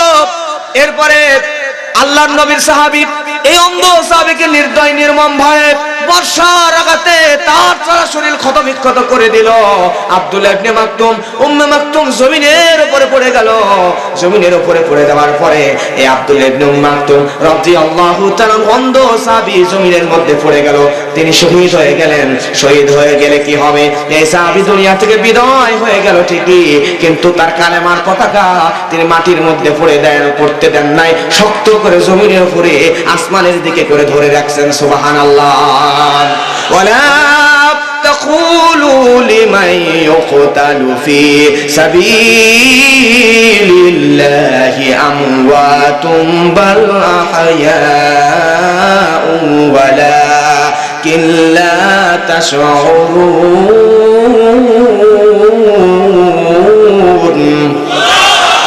আল্লাহ রাব্বুল আলামিন বলেন, আল্লাহর পথে যারা নিহত হয় তাদেরকে তোমরা মৃত বলিও না, বরং তারা জীবিত, কিন্তু দুনিয়ার মানুষরা তা জানে না। কথা বলেন ঠিক কিনা? আল্লাহ নবীর সাহাবী হযরত ওমর রাদিয়াল্লাহু তাআলা একদিন দুই দিন নয় 15 দিন পর্যন্ত বাইতুল মুকাদ্দাসে অবস্থান করলেন। জুমাবারে তিনি ওখানে জুমা পড়ালেন। এরপরে খ্রিস্টানদের প্রধান সুফরানিয়াজের সঙ্গে চুক্তি করলেন। এমন একটা চুক্তি করলেন যেই চুক্তি প্রদান করলেন সুফরানিয়াজ। সুফরানিয়াজ ছিল খ্রিস্টানদের ধর্মগুরু, এটা কিন্তু মুসলমান ছিল না। সুফরানিয়াজের চুক্তির মধ্যে লেখা ছিল এই ফিলিস্তিন রাষ্ট্রের মধ্যে সবাই সমানভাবে শান্তিতে বসবাস করবে, কিন্তু কোন ইহুদিকে এই ফিলিস্তিন রাষ্ট্রের মধ্যে বসবাস করতে দেওয়া যাবে। এখনো পর্যন্ত যদি কেউ ফিলিস্তিনে যান তাহলে দেখতে পাবেন ফিলিস্তিনের মধ্যে আল আকসা মসজিদের পাশে ওই খ্রিস্টানদের একটা গির্জা আছে। ওই গির্জার মধ্যে আজ পর্যন্ত ওই অক্ষর ওমরের সঙ্গে সুফরানিয়াজের যে চুক্তিটা হয়েছিল, ওই চুক্তিটা ওই গির্জার মধ্যে এখনো ঝুলায় রাখা হয়েছে। ওই চুক্তির মধ্যে খ্রিস্টানদের ধর্মগুরু, খ্রিস্টানদের বাবার বাবার বাবা, এত বড় ধর্মগুরু সুফরানিয়াজ, ওই সুফরানিয়াজ নিজে হাতে রেখে ওমরের স্বাক্ষর করা ওই জায়গায় রেখে দিয়েছিল। আজকেও সেইটা আছে। কিন্তু প্রিয় ভাইরা আমার, যেই খ্রিস্টানদের দাদা, খ্রিস্টানদের ধর্মগুরু সুফরানিয়াজ নিজে ওই জায়গায় ইহুদিদেরকে ওই ফিলিস্তিনে থাকতে দিবে না বলে চুক্তিতে স্বাক্ষর করলো। আজকে ওই আজকে ওই আমেরিকার খ্রিস্টানরা যারা শান্তির কথা বলে, তাম দুনিয়ার মধ্যে শান্তির কথা যারা বলে, ওই শান্তির কথা বললে ওয়ালারা ওই পশ্চিমা ওই নাস্তিক গুলো, খ্রিস্টান গুলো যাদের গুরু নিষেধ করেছিল, আজকে তারাই ওই ফিলিস্তিনের মধ্যে ওই ইহুদি ভণ্ড সন্ত্রাসীদেরকে ফিলিস্তিনটা দখল করানোর জন্য যারা সহযোগিতা করছে, তাদের পিছনে যারা কলকাঠি নড়তেছে, এই ভণ্ডদের প্রধান ভণ্ড হলো ওই আমেরিকার খ্রিস্টানরা। কথা বলেন ঠিক কিনা? তাহলে যে খ্রিস্টানদের দাদার দাদা চুক্তি করলো, তারা তাদের নিজের ঘর ধর্মগুরুর অর্ডারকে মানে না, তারা আসলে খ্রিস্টানও নয়, ভণ্ড ভণ্ড ভণ্ড করে বলেন ঠিক কিনা? প্রিয় ভাইরা আমার, আস্তে আস্তে ফিলিস্তিনকে মুসলমানদের অধীন থেকে আবারও চলে গেল। সালাউদ্দিন আইয়ুবী রহমতুল্লাহ আলাইহি তার জামানায় তিনি আবারও ফিলিস্তিনকে দখল করলেন। আজকেও দুনিয়ার মধ্যে তাকায় দেখেন, মুসলমানদের কাছে পারমাণবিক বোমা আছে, মুসলমানদের টাকা পয়সার ক্ষমতা আছে, মুসলমানদের সব আছে, কিন্তু শুধুমাত্র মুসলমানদের নাই ঐক্য, মুসলমানদের নাই উমরের মতো নেতার শক্তিশালী ঈমান। কথা বলেন ঠিক কিনা? আজকে যদি উমর রাদিয়াল্লাহু তাআলা আনহুর মতো একজন নেতা আমাদের থাকতো, তাহলে মুসলমানরা ফিলিস্তিন শুধু নয় তাম বিশ্বের মধ্যে মুসলমানেরা মাথা উঁচু করত, আবারও মুসলমানরা তাম বিশ্ব শাসন করত। জোরে বলেন ঠিক কিনা? এজন্য আল্লাহর কাছে দোয়া করব, আল্লাহ তুমি আমাদেরকে আবার একজন উমরের মতো নেতা দান করো। জোরে বলেন আমিন। সবাই বলেন, একটা উমর এই জামানায় দাও হে মেহেরবান। বলেন না, একটা উমর এই জামানায় দাও হে মেহেরবান। দিনের পথে অকাতরে, দিনের পথে অকাতরে বিলিয়ে দেবে প্রাণ।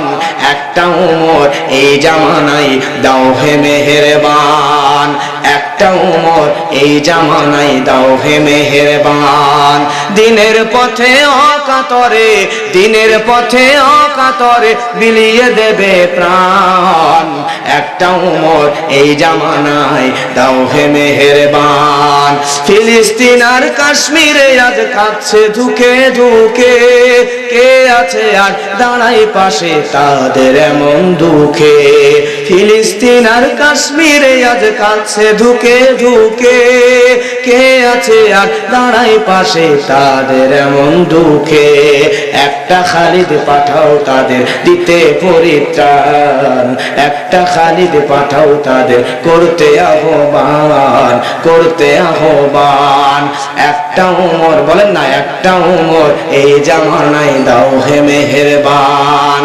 চেচনিয়ার বসনিয়াতে মরছে লাখে লাখে, কেউ যেন আর নাই রে তাদের একটু চেয়ে দেখে। চেচনিয়ার বসনিয়াতে মরছে লাখে লাখে, কেউ যেন আর নাই রে তাদের একটু চেয়ে দেখে। একটা তারিখ পাঠাও তাদের দিতে পরিত্রাণ, দিতে পরিত্রাণ।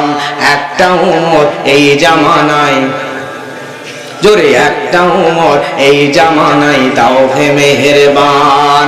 দিনের পথে অকাতরে, দিনের পথে অকাতরে বিলিয়ে দিতে প্রাণ।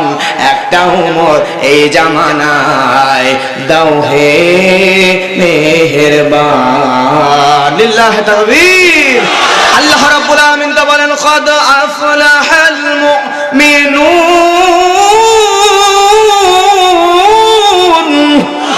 আল্লাহ রাব্বুল আলামিন বলেন আল্লাযীনা হুম ফি সালাতিহিম খাশিউন।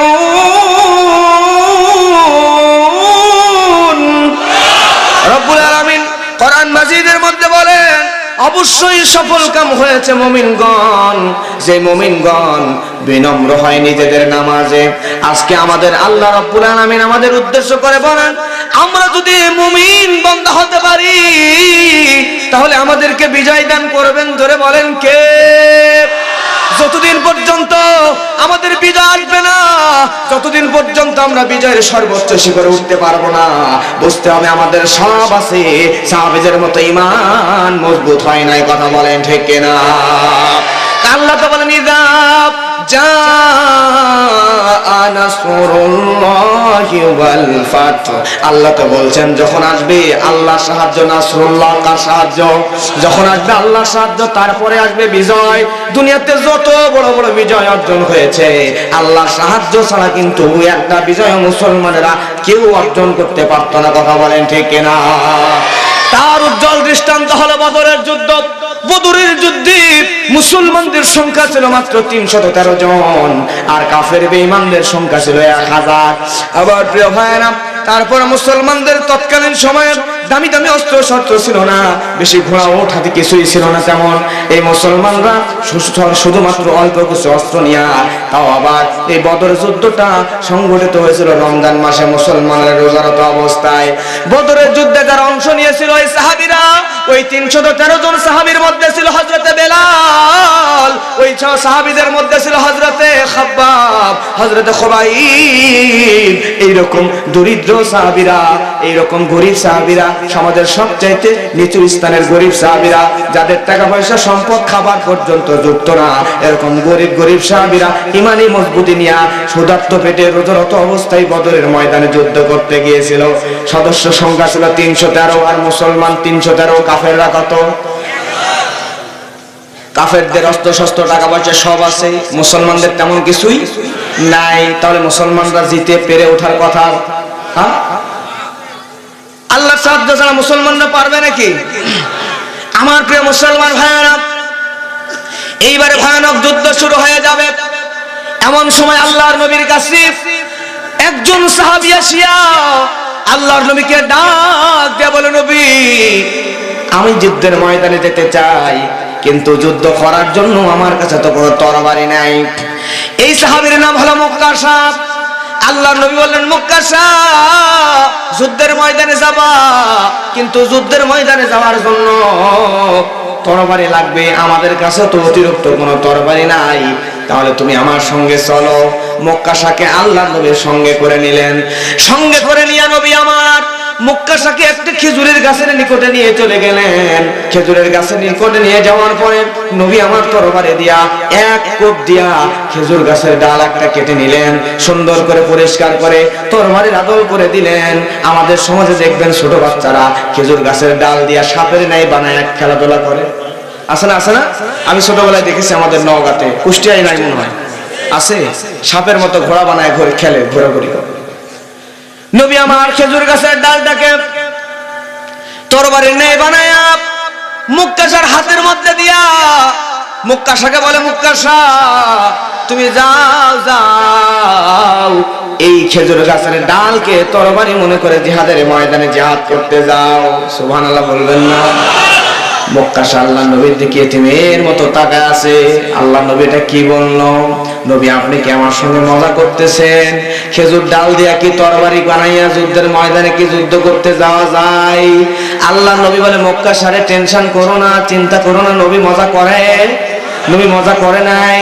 তুমি এই খেজুরের ডাল নিয়ে আল্লাহর উপর ভরসা করে ঈমানকে মজবুত করে চলে যাও। মুক্কাশা এবার খেজুরের ডাল হাতে নিছে, নেওয়ার পরে যুদ্ধের ময়দানে চলে গেল। যাওয়ার পরে যুদ্ধের ময়দানে যুদ্ধ শুরু করে দিল। যুদ্ধ শুরু করে দিবে, সব মুসলমান কাফেরদের তুমুল মানে যুদ্ধ চলতেছে। মুক্কাশা এমন সময় খেজুর গাছের ডালটা হাতের মধ্যে করে নিয়ে এমনি এমনি আকাশের দিকে ঘোরায়। খেজুর গাছের ডালটা আকাশের দিকে ঘোরাচ্ছে, এমন সময় দূরে একজন কাফের ঘোড়ার পিঠে লাঙ্গা তরবারি হাতে নিয়ে দাঁড়ায়া, উটের ঘোড়ার পিঠের উপর বসা। ওই সাহাবী দূর থেকে লক্ষ্য করে দেখে মুসলমান একজন সৈন্য মনে হয় কি যেন আকাশের দিকে এমন করে ঘোরায়। ওই মুসলমান সাহাবী মুক্কাশার দিকে কাফের আস্তে আস্তে এগিয়ে আসে। এগিয়ে আসতে আসতে আমার প্রিয় ভাইরা মুক্কাশার কাছে যখন আসছে, আসার পরে দেখে ওর হাতের মধ্যে তরবারি নাই, বরং ওর হাতের মধ্যে একটা খেজুরের গাছের ডাল। ওই ডালটা নিয়ে আকাশে এমন করে ঘোরায়। কাফের সৈন্য লাঙ্গা তরবারি হাতে নিয়ে ঘোড়ার পিঠে বসে চিন্তা করে, হায়রে এই যুদ্ধের ময়দানে বীর মুসলমান সৈনিকেরা থাকবে, কিন্তু মুসলমান বীর সৈনিকের জায়গায় পাগল আবার কোত্থেকে আসলো? খেজুর গাছের ডাল নিয়ে পাগল ছাড়া এই জায়গায় কি আসবে? সে মুক্কাশাকে গুরুত্ব দিল না। খেজুর গাছের ডাল নিয়ে আসে বলে মুক্কাশা গুরুত্ব দেয় না। এবার কাফের লাঙ্গা তরবারি নিয়ে ঘোড়ার পিঠে মুক্কাশার পাশ দিয়ে আস্তে আস্তে হেঁটে হেঁটে অন্য জায়গায় যাওয়া শুরু করছেন। ওই কাফের যখন মুক্কাশার কাছে চলে আসছে, মুক্কাশার কাছে চলে আসার পরে মুক্কাশা খেজুর গাছের ডাল আকাশের দিকে নড়ায়। মুক্কাশার মনে নাই তার হাতের মধ্যে খেজুরের ডাল। খেজুরের ডাল নিয়ে এমন করে নড়াইতে নড়াইতে কাফের যখন একদম তার নিকটে চলে আসছে, মুক্কাশা এবার দুই হাতটা দিয়া খেজুর গাছের ডাল শক্ত করে ধরছে। খেজুর গাছের দুই হাতটা দিয়া শক্ত করে ডালটা ধরে আসমানের দিকে উঁচু করছে। করার পরে মুক্কাশা এবার ওই লাঙ্গা তরবারিওয়ালা কাফের মাথা বরাবর ঘোড়ার পিঠে যে বসা, মাথা বরাবর তাক করে মুক্কাশা এবার খেজুর গাছের ডালটা দিয়া আল্লাহু আকবার বলে মুক্কাশা এবার খেজুর গাছের ডাল দিয়া কাফের মাথা বরাবর এমন দূরে একটা বাড়ি মারছে, এমন দূরে একটা বাড়ি মারছে, এক বাড়িতে ওই কাফের মাথা থেকে শুরু করে নিয়া ঘোড়া পর্যন্ত দুই ভাগ হইয়া জমিনের মধ্যে পড়ে গেছে।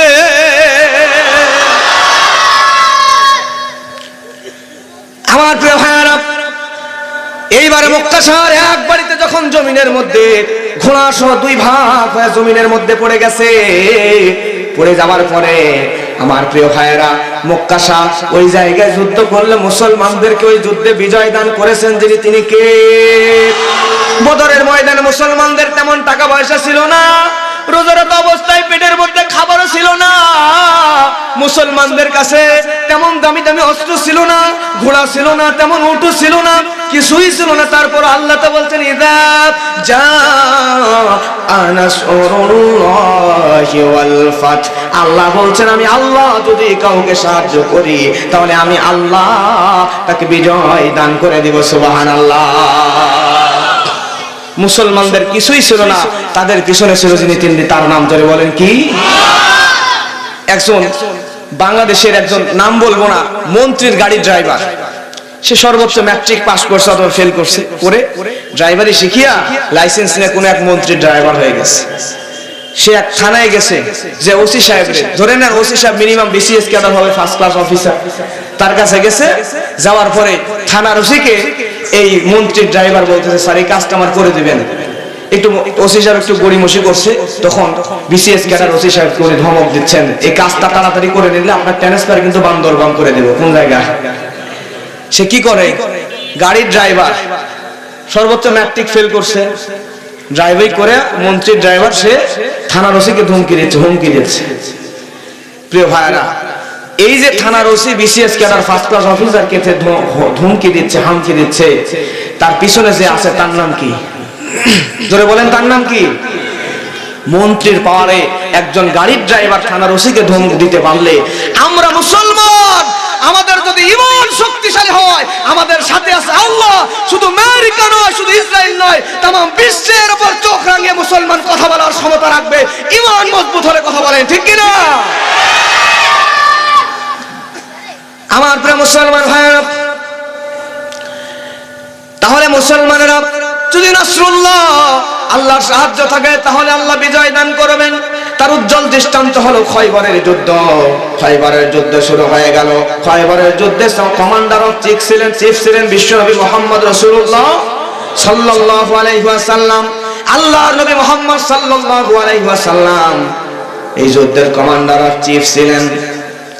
নবীজি আমার খয়বরের প্রান্তরে গিয়া নবী আমার জোরসে বলেন, আল্লাহু আকবার, খয়বার, আল্লাহ সবচেয়ে বড়, খয়বার ধ্বংস হোক, আল্লাহু আকবার। নবী আমার বললেন খয়বার ধ্বংস হোক। বলার পরে নবী আমার এই খয়বরের ময়দানে, জিহাদের ময়দানে যাওয়ার পরে কামিজ দুর্গ দখল করা লাগবে। নবী আমার সাহাবীদেরকে নিয়ে প্রথম দিন আল্লাহর নবী হযরত আবু বকরের নেতৃত্বে সৈন্যদেরকে ওই কামিজ দুর্গ দখল করার জন্য যুদ্ধের ময়দানে পাঠিয়ে দিলেন। আবু বকরের নেতৃত্বে মুসলমান সৈনিকরা যুদ্ধ করতে গেল। যাওয়ার পরে সকাল থেকে শুরু করে নিয়ে সন্ধ্যা পর্যন্ত মুসলমানেরা প্রাণপণে জিহাদ করলো। জিহাদ করার পরে সন্ধ্যা হয়ে গেল, মুসলমানরাও বিজয় আনতে পারলো না, কাফেরেরাও বিজয় আনতে পারলো না। সমান সমান জিহাদে তারা ড্র করলো। করার পরে সন্ধ্যার সময় হযরত আবু বকর সৈন্যদেরকে নিয়ে ফিরে আসলো। ফিরে আসার পরে পরের দিন আল্লাহর নবী হযরত ওমর রাদিয়াল্লাহু তাআলা আনহুকে আল্লাহর নবী জিহাদের সেনাপতি বানায়া খয়বরের কামিজ দুর্গ দখল করার জন্য পাঠায় দিল। পাঠায় দেওয়ার পরে দ্বিতীয় দিনও সকাল থেকে সন্ধ্যা পর্যন্ত প্রাণপণে মুসলমানরা জিহাদ করলো। সন্ধ্যা হয়ে গেল কিন্তু মুসলমানরা বিজয় আনতে পারলো না। দ্বিতীয় দিনও ড্র হয়ে গেল, ফিরে আসলো। এবার বলবেন ওমরের পরে সিরিয়াল হিসেবে কে আসবে? জোরে বলেন। ওমরের পরে সিরিয়াল অনুযায়ী আসার কথা হযরত উসমান। কিন্তু নবী আমার আল্লাহর নবী আলীকে খোঁজা শুরু করে দিল। আল্লাহর নবী ডাক দিয়ে বলে, আলী রে, আলী তুমি কোথায়? সাহাবীরা বলে, ইয়া রাসূলুল্লাহ, আপনার সাহাবী আলীর চোখ ওঠা রোগ হয়েছে। আলীর চোখটা বড়ই যন্ত্রণা, চোখ দিয়ে আলী রাদিয়াল্লাহু তাআলা ভালো করে তাকাতে পারে না। আলী তো হয়তোবা যুদ্ধের ময়দানে যেতে পারে না। আল্লাহর নবী আলীর সন্ধানে বের হয়ে গেল। নবী আমার ডাক দিয়ে বলে, আলী, আলী তুমি কোথায়? আলী রাদিয়াল্লাহু তাআলার কাছে নবী গেলেন। যাওয়ার পরে আলী বলে, ইয়া রাসূলুল্লাহ, যুদ্ধে যাওয়ার মতো তো আমার শারীরিক অবস্থা না, আমি তো অসুস্থ, আমার চোখ ওঠা রোগ হয়েছে, চোখ দিয়ে ভালো করে তাকাতে পারি না, যন্ত্রণায়। আল্লাহর নবীকে আমি তো জিহাদে মনে হয় যেতে পারবো না। আল্লাহর নবী বলে, আলী তুমি টেনশন করো না। নবী আমার মুখের মধ্যে থেকে একটুখানি লালা মুবারক আঙ্গুল দিয়ে বের করে নিলেন। নেওয়ার পরে হযরত আলী রাদিয়াল্লাহু তাআলার চোখের মধ্যে লাগিয়ে দিলেন। আল্লাহর নবীর মুখের লাভ আলীর চোখের মধ্যে দিতে দেরি হলো, আলীর চোখ ওঠা রোগ সম্পূর্ণ ভালো হতে দেরি হলো না। আলী রাদিয়াল্লাহু তাআলা সুস্থ হয়ে গেলেন। যাওয়ার পরে নবী মুহাম্মদ রাসূলুল্লাহ সাল্লাল্লাহু আলাইহি ওয়াসাল্লাম নবী আমার এইবার হযরতে আলী রাদিয়াল্লাহু তাআলা যখন সুস্থ হয়ে গেলেন, আলী রাদিয়াল্লাহু তাআলার বয়ান তিনি বলছেন, আল্লাহর নবী ওই খয়বরের যুদ্ধে যাওয়ার পরে যেদিন আমার চোখের মধ্যে তার লালা মুবারক লাগিয়ে দিয়েছিল, সেদিন থেকে শুরু করে নিয়া আমার মৃত্যু পর্যন্ত আমার আর কোনোদিন চোখের কোনো অসুখ হয় নাই। শুধু তাই নয়, আর কোনোদিন আমি ওই দিন থেকে শুরু করে নিয়া চোখে দ্বিগুণ ভালো দেখা শুরু করে দিয়েছিলাম। হযরত আলী রাদিয়াল্লাহু তাআলা আনহুকে ময়দানে চলে যাও, তুমি এবার মুসলমানদের সেনাপতি হইয়া খয়বরের যুদ্ধে কামিজ দুর্গ তুমি দখল করতে চলে যাও। হযরত আলী রাদিয়াল্লাহু তাআলা আনহু তৃতীয় দিনে মুসলমানদেরকে নিয়ে যুদ্ধের ময়দানে যখন চলে গেলেন, যুদ্ধের ময়দানে জিহাদ করার জন্য চলে যাওয়ার পরে মুসলমানেরা প্রাণপণে জিহাদ করতেছে। যুদ্ধ করতে করতে হযরতে আলী রাদিয়াল্লাহু তাআলা আনহুর হাত থেকে হঠাৎ করে তরবারির ওই ঢাল, যেই ঢাল দিয়া তরবারির আঘাত ঠেকাতো, ওই ঢালটা হাত থেকে খপ করে জমিনের মধ্যে পড়ে গেল। জমিনের মধ্যে পড়ে যাওয়ার পরে হযরতে আলী রাদিয়াল্লাহু তাআলা আনহু এক হাতে তরবারি দিয়ে জিহাদ করতেছে। এমন একটা পরিস্থিতি চলে আসলো, আলী রাদিয়াল্লাহু তাআলা আনহু এমন ভয়ানক পরিস্থিতিতে পড়ে গেল, যদি ওই তরবারি দিয়ে তিনি আঘাত করতে পারেন, কিন্তু আঘাত ঠেকানোর জন্য ঢালের দরকার আছে না নাই? কিন্তু ঢালটা জমিনের ভিতরে পড়া, ওই জমিনের ভিতর থেকে যদি ঢালটা ধরে তুলতে যায় একটুখানি নিচু হয়ে যায়, তাহলে কাফেররা আঘাত করে আলী রাদিয়াল্লাহু তাআলা আনহুকে শহীদ করে দিবে। এবার যুদ্ধ করতে করতে আলী রাদিয়াল্লাহু তাআলা আনহু বুঝতে পারে নাই, যুদ্ধ করতে করতে ওই কামিজ দুর্গের বিশাল বড় গেট, লৌহের গেট, যেই লোহার গেটটা চালার জন্য 2 থেকে 300 জন বীর সেনার দরকার হয়, ওই লোহার গেটের কাছে আলী চলে আসলো। আসার পরে লোহার গেট বরাবর আসার পরে আলী রাদিয়াল্লাহু তাআলা তিনি বুঝতে পারেন নাই, এক হাতে তরবারি আর এক হাত দিয়া যেই গেট 2 থেকে 300 জন মানুষ যেই লৌহ গেট চাপতে পারে না, ওই গেটটা আল্লাহর নবীর সাহাবী আলী এক হাত দিয়ে খপ করে ধরলেন। যুদ্ধের ময়দানে তিনি বুঝতেই পারেন নাই, ওই গেটটা টান দিয়ে তুলে ঢাল বানায়া জিহাদ করা শুরু করে দিল। কাফেররা চিন্তা করে কাম সারছে রে, যে আলী ওই গেটটা তুলছে, ওই গেটটার ওজন তো কম নয়, ওই গেটটার এত বেশি ওজন 2 থেকে 300 জন মানুষ তুলতে পারে না, ছাড়তে পারে না। ওই গেট আজকে আলী বাম হাতে তুলছে, আজকে যদি আমরা কিছুক্ষণ থাকে আলী তো সবাই রে কচু কাটা করে জমিনের মধ্যে কবরস্থ করে দিবে। পালাও। আল্লাহু আকবার।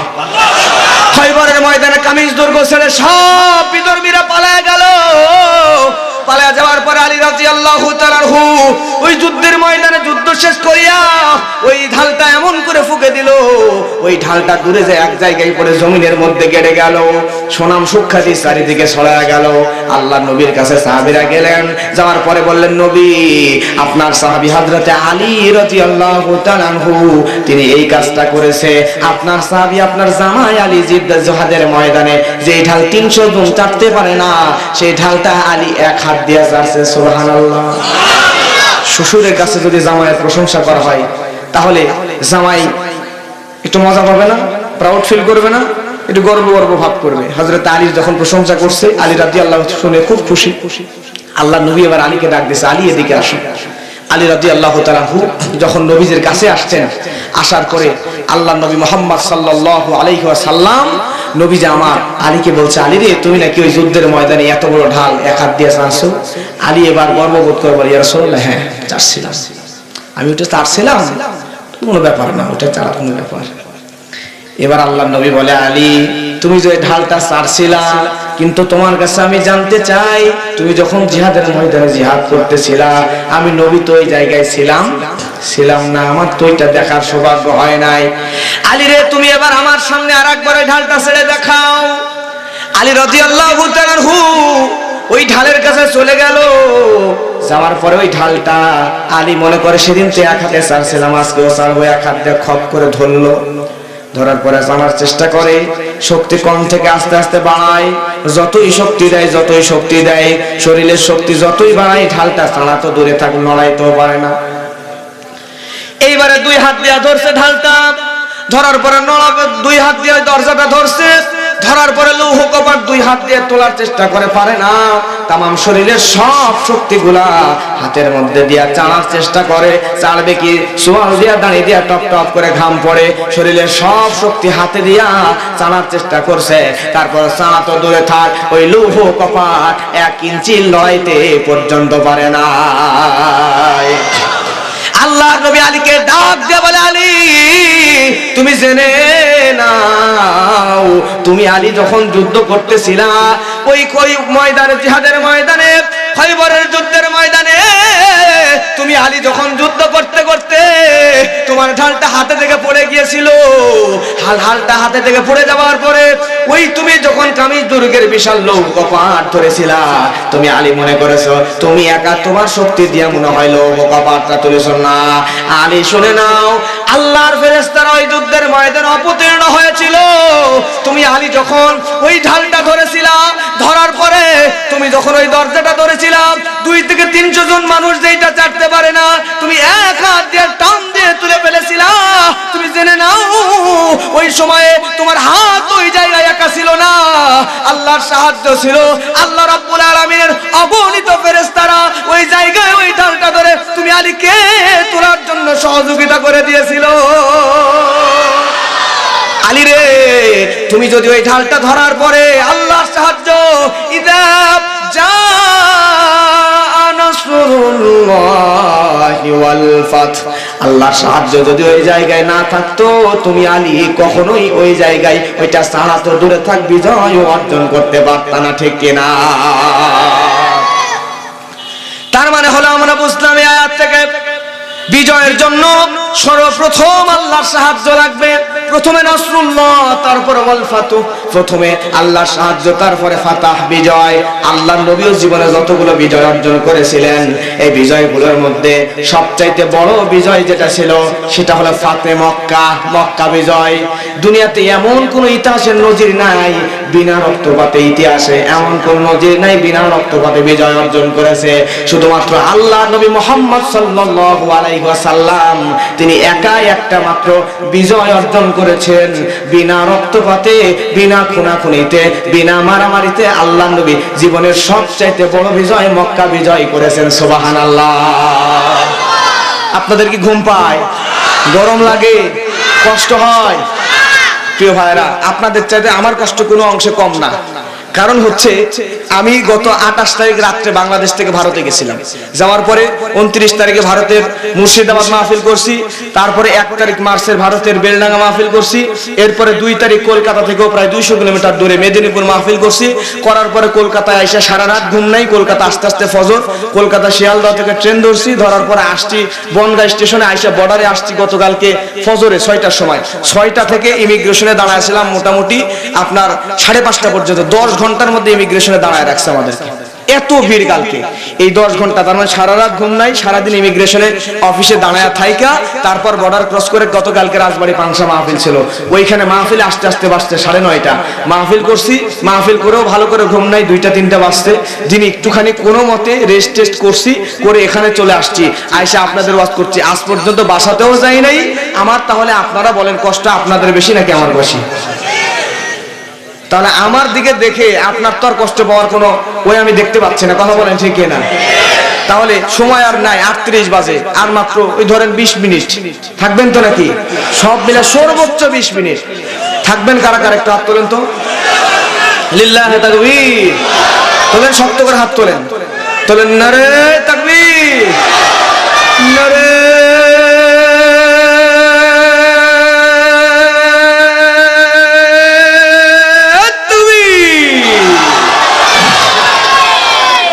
আমার প্রিয় ভাইরা লক্ষ্য করেন, অল্প সময় আল্লাহ নবী মুহাম্মদ সাল্লাল্লাহু আলাইহি ওয়াসাল্লাম জীবনে যতগুলো বিজয় অর্জন করেছিলেন তার মধ্যে সবচাইতে বড় বিজয় হলো ফাতে মক্কা, মক্কা বিজয়।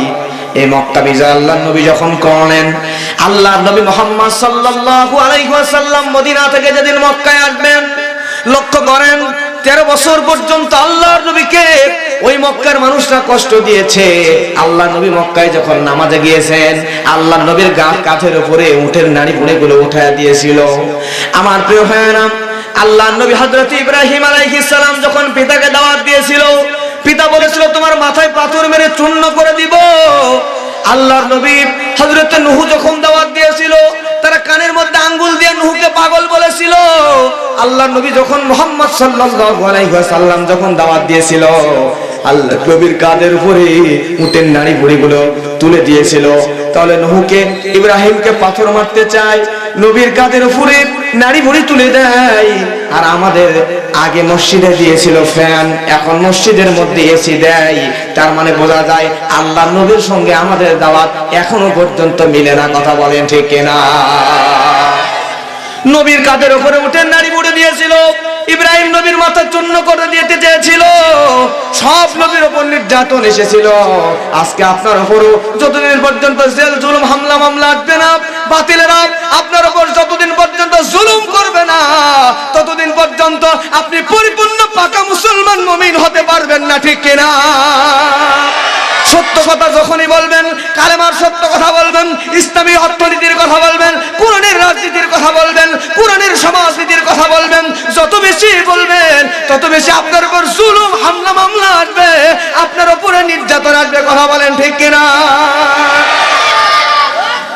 আল্লাহর নবী মুহাম্মদ সাল্লাল্লাহু আলাইহি ওয়াসাল্লাম তিনি দাওয়াত দিলেন। 13টি বছর মক্কার মধ্যে তাকে নির্যাতন করা হলো। যে মক্কাবাসীরা আল্লাহর নবীর উপরে 13টি বছর ধরে নির্যাতন করেছে, আল্লাহর নবীকে কষ্ট দিয়েছে, এরপর মক্কা বিজয় যখন হবে, আল্লাহর নবী মদিনায় 10 বছর থেকেছে, 10 বছর পরে মাতৃভূমিতে ফিরতেছে। আল্লাহর নবী যখন মক্কা বিজয় করে ফেললো, মক্কার মানুষদের মধ্যে আতঙ্ক শুরু হয়ে গেল। মুহাম্মদ বিন আব্দুল্লাহ যদি মক্কায় আসে, তাহলে মক্কায় আসলে তো আমাদেরকে শেষ করে দিবে, আমাদেরকে বাঁচতে দিবে না। মক্কার মানুষটা মনে করে ওই মুহাম্মদকে 13 বছর আমরা কষ্ট দিয়েছি, আজকে সে যদি আসে আমাদেরকে তো পিটায়া পিটায়া দেশ থেকে বের করে দিবে। এই আতঙ্ক নিয়ে মক্কার মানুষরা ছোটাছুটি শুরু করলো, পালানো শুরু করলো, গুহায় আত্মগোপন করা শুরু করে দিল। এমন সময় আল্লাহর নবীর সামনে একজন বুড়ি মা তার সব কাপড় চোপড় সবকিছু গোছায় নিয়ে, টোপলা বেঁধে মাথার উপর বস্তা ভর্তি করে নিয়ে হেঁটে যাচ্ছে। রাস্তার মধ্যে প্রতিমধ্যে আল্লাহর নবীর সঙ্গে দেখা হয়ে গেল। আল্লাহর নবী বুড়িমাকে ডাক দিয়ে বলে, বুড়িমা আপনি কোন দিকে যান? আপনি বলেন, আপনার তো বস্তা মাথায় নিয়ে যাইতে কষ্ট হয়, আপনি বললে আমি আপনার বস্তাটা নিয়ে একটু আপনার জায়গায় পৌঁছায় দিতাম। বুড়িমা বলে, অমুক জায়গায় পাহাড়। বুড়িমা বলে, মুহাম্মদ বিন আব্দুল্লাহ আসিতেছে, সে যদি মক্কায় আসে আমাদেরকে পিটাবে, এই জন্য আমরা এই জায়গা থেকে পালাইতে যাইতেছি। আল্লাহর নবী বলে, বুড়িমা আপনি যদি কিছু মনে না করেন, আপনার বস্তা আমি মাথার উপর করে নিয়ে আপনাকে ওই জায়গা পর্যন্ত পৌঁছায় দিব। সুবহানাল্লাহ। বুড়িমার বস্তা আল্লাহর নবী মাথায় নিলেন। নেওয়ার পরে বুড়িমা যেই পাহাড়ের গুহায় যাইতে চায়, ওই পাহাড়ের গুহা পর্যন্ত রহমতের নবী নিয়ে গেলেন। যাওয়ার পরে বুড়িমাকে নামায়া দিয়ে আল্লাহর নবী যখন চলে আসবেন, এমন সময় বুড়িমা ডাক দিয়ে বলে, পথিক রে যুবক, তুমি কে কে তুমি বলো? কারণ হলো মক্কার মধ্যে বিনা পারিশ্রমিকে কাজ করার মতো একটা যুবক তো আমি কোনোদিন দেখি নাই, তুমি কে একটু বলো। আল্লাহর নবী বলে, বুড়িমা আপনি ভয় পাবেন না, আমি ওই মোহাম্মদ বিন আব্দুল্লাহ, যে মোহাম্মদ বিন আব্দুল্লাহর ভয়ে আপনি বুড়িমা মক্কা ছেড়ে পালায়া যান। বুড়িমা এবার আল্লাহ রাব্বুল আলামিনের শুকরিয়া আদায় করে, আল্লাহ তো বলছেন, ওমা খলাকতুল জিন্না ওয়াল ইনসা ইল্লা লিয়াবুদুন। আল্লাহু আকবার। নবী আমার আল্লাহর ইবাদত করেছেন, আমাদেরকে আল্লাহ রাব্বুল আলামিনের ইবাদত করে শুকরিয়া আদায় করা লাগবে, কারণ ওই নবীকে, ওই রহমতের নবীকে আমরা পেয়েছি। ওমা আরসালনাকা ইল্লা রাহমাতাল লিল আলামিন। আল্লাহু আকবার। বুড়িমা এবার ওই আল্লাহর ওই কথাটাই বললেন। বুড়িমা ওই বুড়িটা এবার পাহাড়ের চূড়ার উপরে উঠিয়া গেল। ওঠার পরে বুড়িমা পাহাড়ের চূড়ার উপরে ওঠার পরে বুড়িমা মক্কার মানুষদেরকে ডাক দিয়ে বলে, ও মক্কার মানুষেরা তোমরা শুনে নাও, তোমরা যে মুহাম্মদ বিন আব্দুল্লাহকে এত ভয় করতেছো, জেনে নাও ওই মুহাম্মদ বিন আব্দুল্লাহ যদি এই মুহাম্মদ বিন আব্দুল্লাহ এক হয়, আমি বুড়িমা সাক্ষী দিয়ে দিলাম এই মুহাম্মদ বিন আব্দুল্লাহ সন্ত্রাসী নয়, খারাপ মানুষ নয়, এই মুহাম্মদ বিন আব্দুল্লাহ হলো রহমতের নবী, আমি বুড়ি সাক্ষী দিয়ে দিলাম। আমার প্রিয় ভাইয়েরা, এমন কথা শোনার পরে এই বুড়িমা এমন কথা বলল, নবী আমার মক্কায় চলে গেল। বুড়িমা নিজেই আল্লাহর নবীকে রহমতের নবী বলে দিল। আর এদিকে আল্লাহ রাব্বুল আলামিন বলেন, ওয়া রাআইতান নাসা ইয়াদখুলুনা ফি দীনিল্লাহি আফওয়াজা। আল্লাহু আকবার। ভয় পাচ্ছেন নাকি আপনারা? মনে করতেছেন হুজুর একটা আয়াত নিয়েই তো 1.5 ঘন্টা পার করে দিছে, আর দুইটা তো আছে, তাহলে 1.5 আরো 3 ঘন্টা যায় নাকি? আমি ইচ্ছা করলে এই ওয়াজ আরো 5 ঘন্টাও করতে পারি, পুরো ওয়াজ 5 মিনিটেও করতে পারি, তাই না? আপনাদের কষ্ট হয় না তো? দোয়া করে দিই, দোয়া করে দিই, কষ্ট হয় না তো? কালকে আবার বলবেন না তো হুজুর জোর করে ওয়াজ শোনাইছে। এত অনেকে দাঁড়িয়ে আছেন, দেখেন চারিদিকে পিছনে মানুষগুলো দাঁড়ায় আছে কষ্ট করে। আল্লাহ সুবহানাহু ওয়া তাআলা এই মানুষগুলোকে কোরআনের মহব্বতে একত্রিত করে সবগুলোকে একসাথে জান্নাতের মেহমান হিসেবে কবুল করে নিক। জোরে বলেন আমিন। আমার ভাইরা লক্ষ্য করেন, এবারে আল্লাহ রাব্বুল আলামিন এই সূরা নূরের 2 নম্বর আয়াতের মধ্যে বলেন, ওয়া রাআইতান নাসা ইয়াদখুলুনা ফি দীনিল্লাহি আফওয়াজা। আল্লাহ বলেন, এবং আল্লাহ প্রথমে বললেন ইযা জাআ নাসরুল্লাহি ওয়াল ফাth, যখন আসবে আল্লাহর সাহায্য, তারপরে আসবে বিজয়। আল্লাহর সাহায্য যখন মানুষরা পাবে, মুমিন বান্দারা পাবে, পাওয়ার পরে যখন বিজয় অর্জন হবে, তখন ওয়া রাআইতান নাসা ইয়াদখুলুনা ফি দীনিল্লাহি আফওয়াজা, তখন আল্লাহ রাব্বুল আলামিন বলেন আল্লাহর সাহায্য এসে বিজয় হওয়ার পরে তোমরা দেখবা মানুষরা দলে দলে আল্লাহর দ্বীনের মধ্যে প্রবেশ করে। সুবহানাল্লাহ। প্রিয় ভাইরা আমার, কারণ হলো আল্লাহর নবী যখন মক্কা থেকে মদিনায় হিজরতে চলে যাবেন, যাওয়ার সময় মদিনায় যাওয়ার আগে আল্লাহর নবী শেষবারের মতো মক্কায় আসলেন, কাবা ঘরের কাছে আসলেন। ওই কাবা ঘরের চাবি ছিল হযরত ওসমান বিন তালহা রাদিয়াল্লাহু, ওসমান বিন তালহার কাছে। এই ওসমান বিন তালহাকে আল্লাহর নবী এসে বলেন, রে ওসমান বিন তালহা, তুমি ওই কাবার চাবি একটু আমার হাতে দাও, তুমি একটু কাবাটা একটু আমার জন্য খুলে দাও, আমি শেষবারের মতো, আমি তো চলেই যাব, শেষবারের মতো কাবায় আমি একটু নামাজ আদায় করতে চাই। ওসমান বিন তালহা বলে, তোমাকে পুরো অবস্থাতেই কাবার চাবি দিব না। জোরে বলেন নাউজুবিল্লাহ। এটা আবার ওসমান বিন তালহা, ওসমান বিন নবীর জামাই কিন্তু ইনি না, নবীজির জামাইয়ের নাম হচ্ছে ওসমান বিন আফফান রাদিয়াল্লাহু তাআলা আনহু। আর আমি যার কথা বলছি এর নাম হচ্ছে ওসমান বিন তালহা, যার কাছে কাবার চাবি ছিল। আমার প্রিয় ভাইরা লক্ষ্য করেন, এই ওসমান বিন তালহা, আল্লাহর নবী বলেন, রে ওসমান বিন তালহা, তুমি একটু কাবার চাবিটা দাও। ওসমান বিন তালহা এমন কথা শোনার পরে বলে, না, কাবার চাবিটা দেওয়া যাবে না।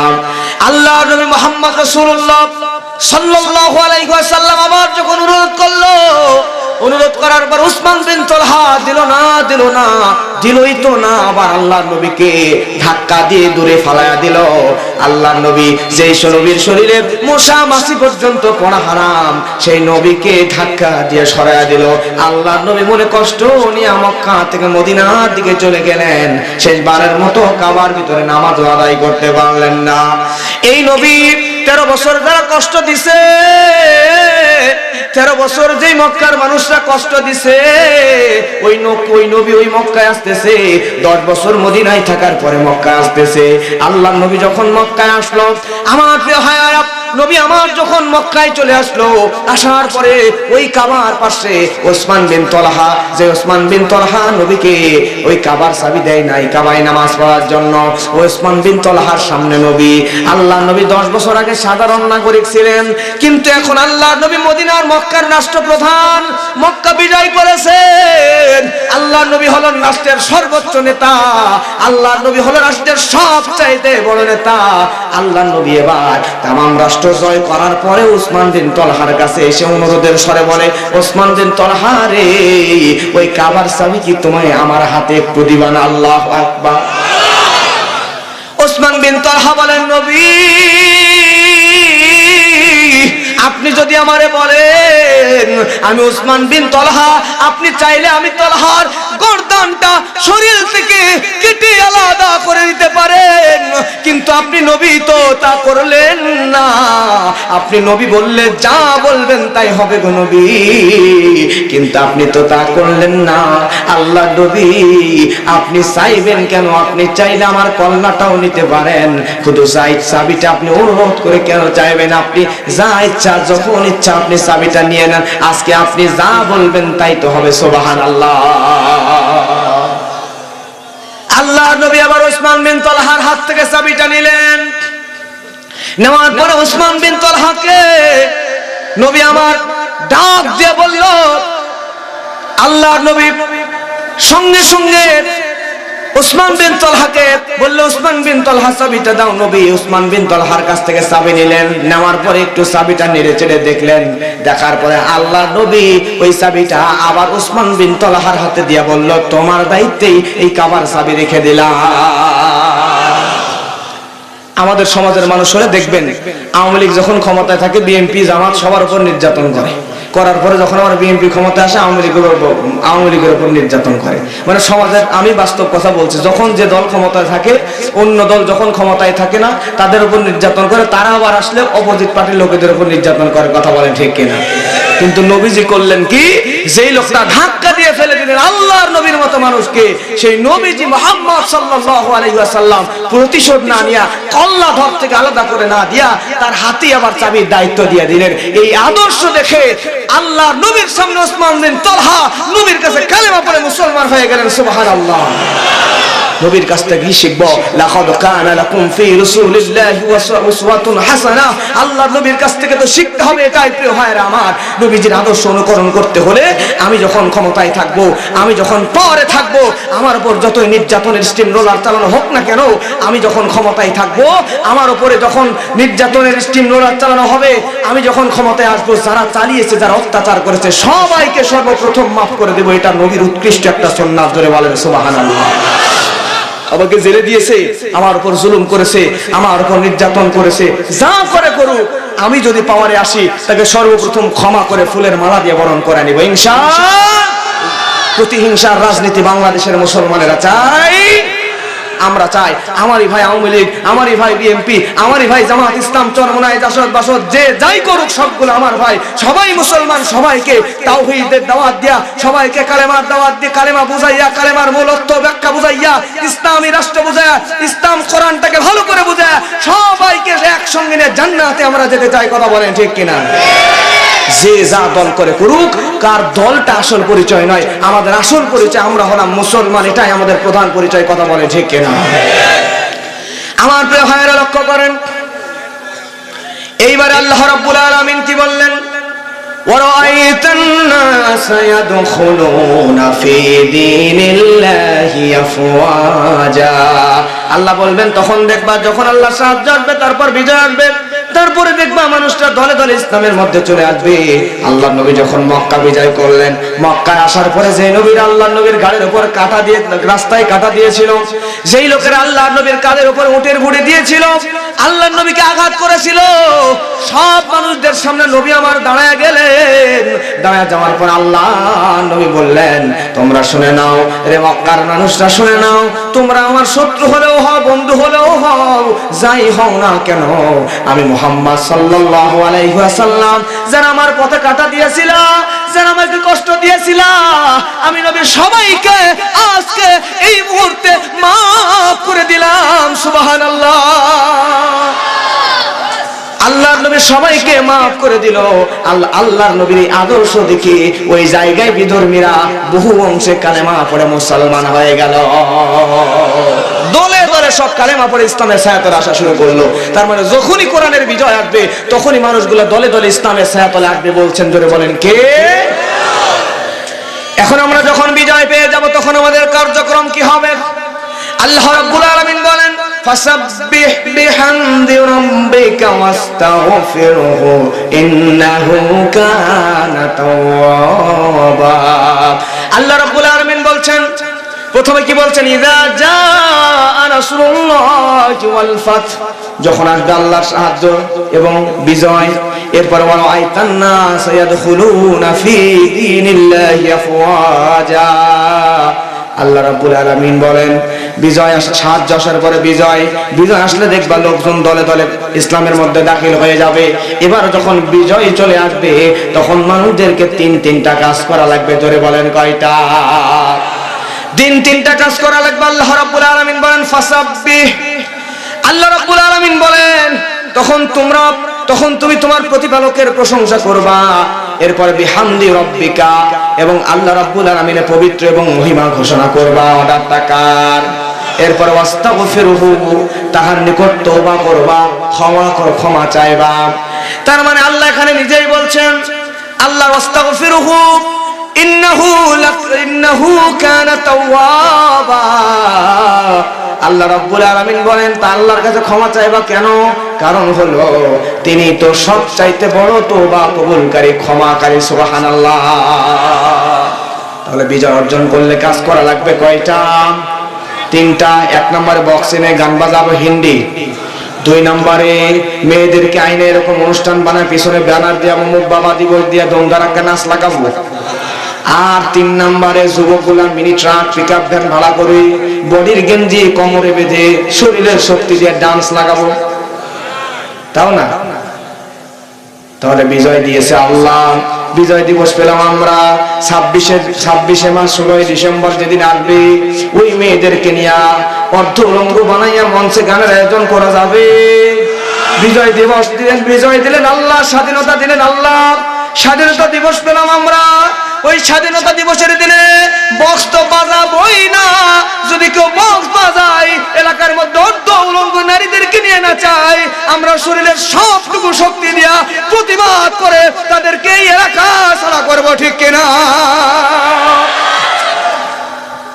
আমাদের কাজ হবে কয়টা? ফাসাব্বিহ বিহামদি রাব্বিকা ওয়াস্তাগফিরু। আল্লাহ রাব্বুল আলামিন বলেন ওই স্বাধীনতা দিবসের দিনে, ওই বিজয় দিবসের দিনে 16ই ডিসেম্বর আর স্বাধীনতা দিবস যেদিন আসবে, 3টা কাজ করবা। তোমরা বলবা সুবহানাল্লাহ, বলেন না সুবহানাল্লাহ। এটা আল্লাহ রাব্বুল আলামিনের প্রশংসা, আল্লাহ রাব্বুল আলামিনের পবিত্রতা মহিমা ঘোষণা করবা। আলহামদুলিল্লাহি রাব্বিল আলামিন। 3 নম্বরে বেশি বেশি পড়বেন আস্তাগফিরুল্লাহ, বলেন না আস্তাগফিরুল্লাহ, আস্তাগফিরুল্লাহ, আস্তাগফিরুল্লাহ, আস্তাগফিরুল্লাহ, ইনশাআল্লাহ। তাহলে বিজয় দিবস আসলে, স্বাধীনতা দিবস আসলে আর গান বাজনা উলঙ্গ বেহায়াপনা নয়। ওই দিন আসলেই আমরা বেশি বেশি নফল সালাত আদায় করে ওই শহীদদের আত্মার রুহের মাগফিরাত কামনা করে দোয়ার আয়োজন করব, বেশি বেশি কোরআনের তাফসীর মাহফিলের আয়োজন করব, ব্যবস্থা করব। কথা বলেন ঠিক কিনা?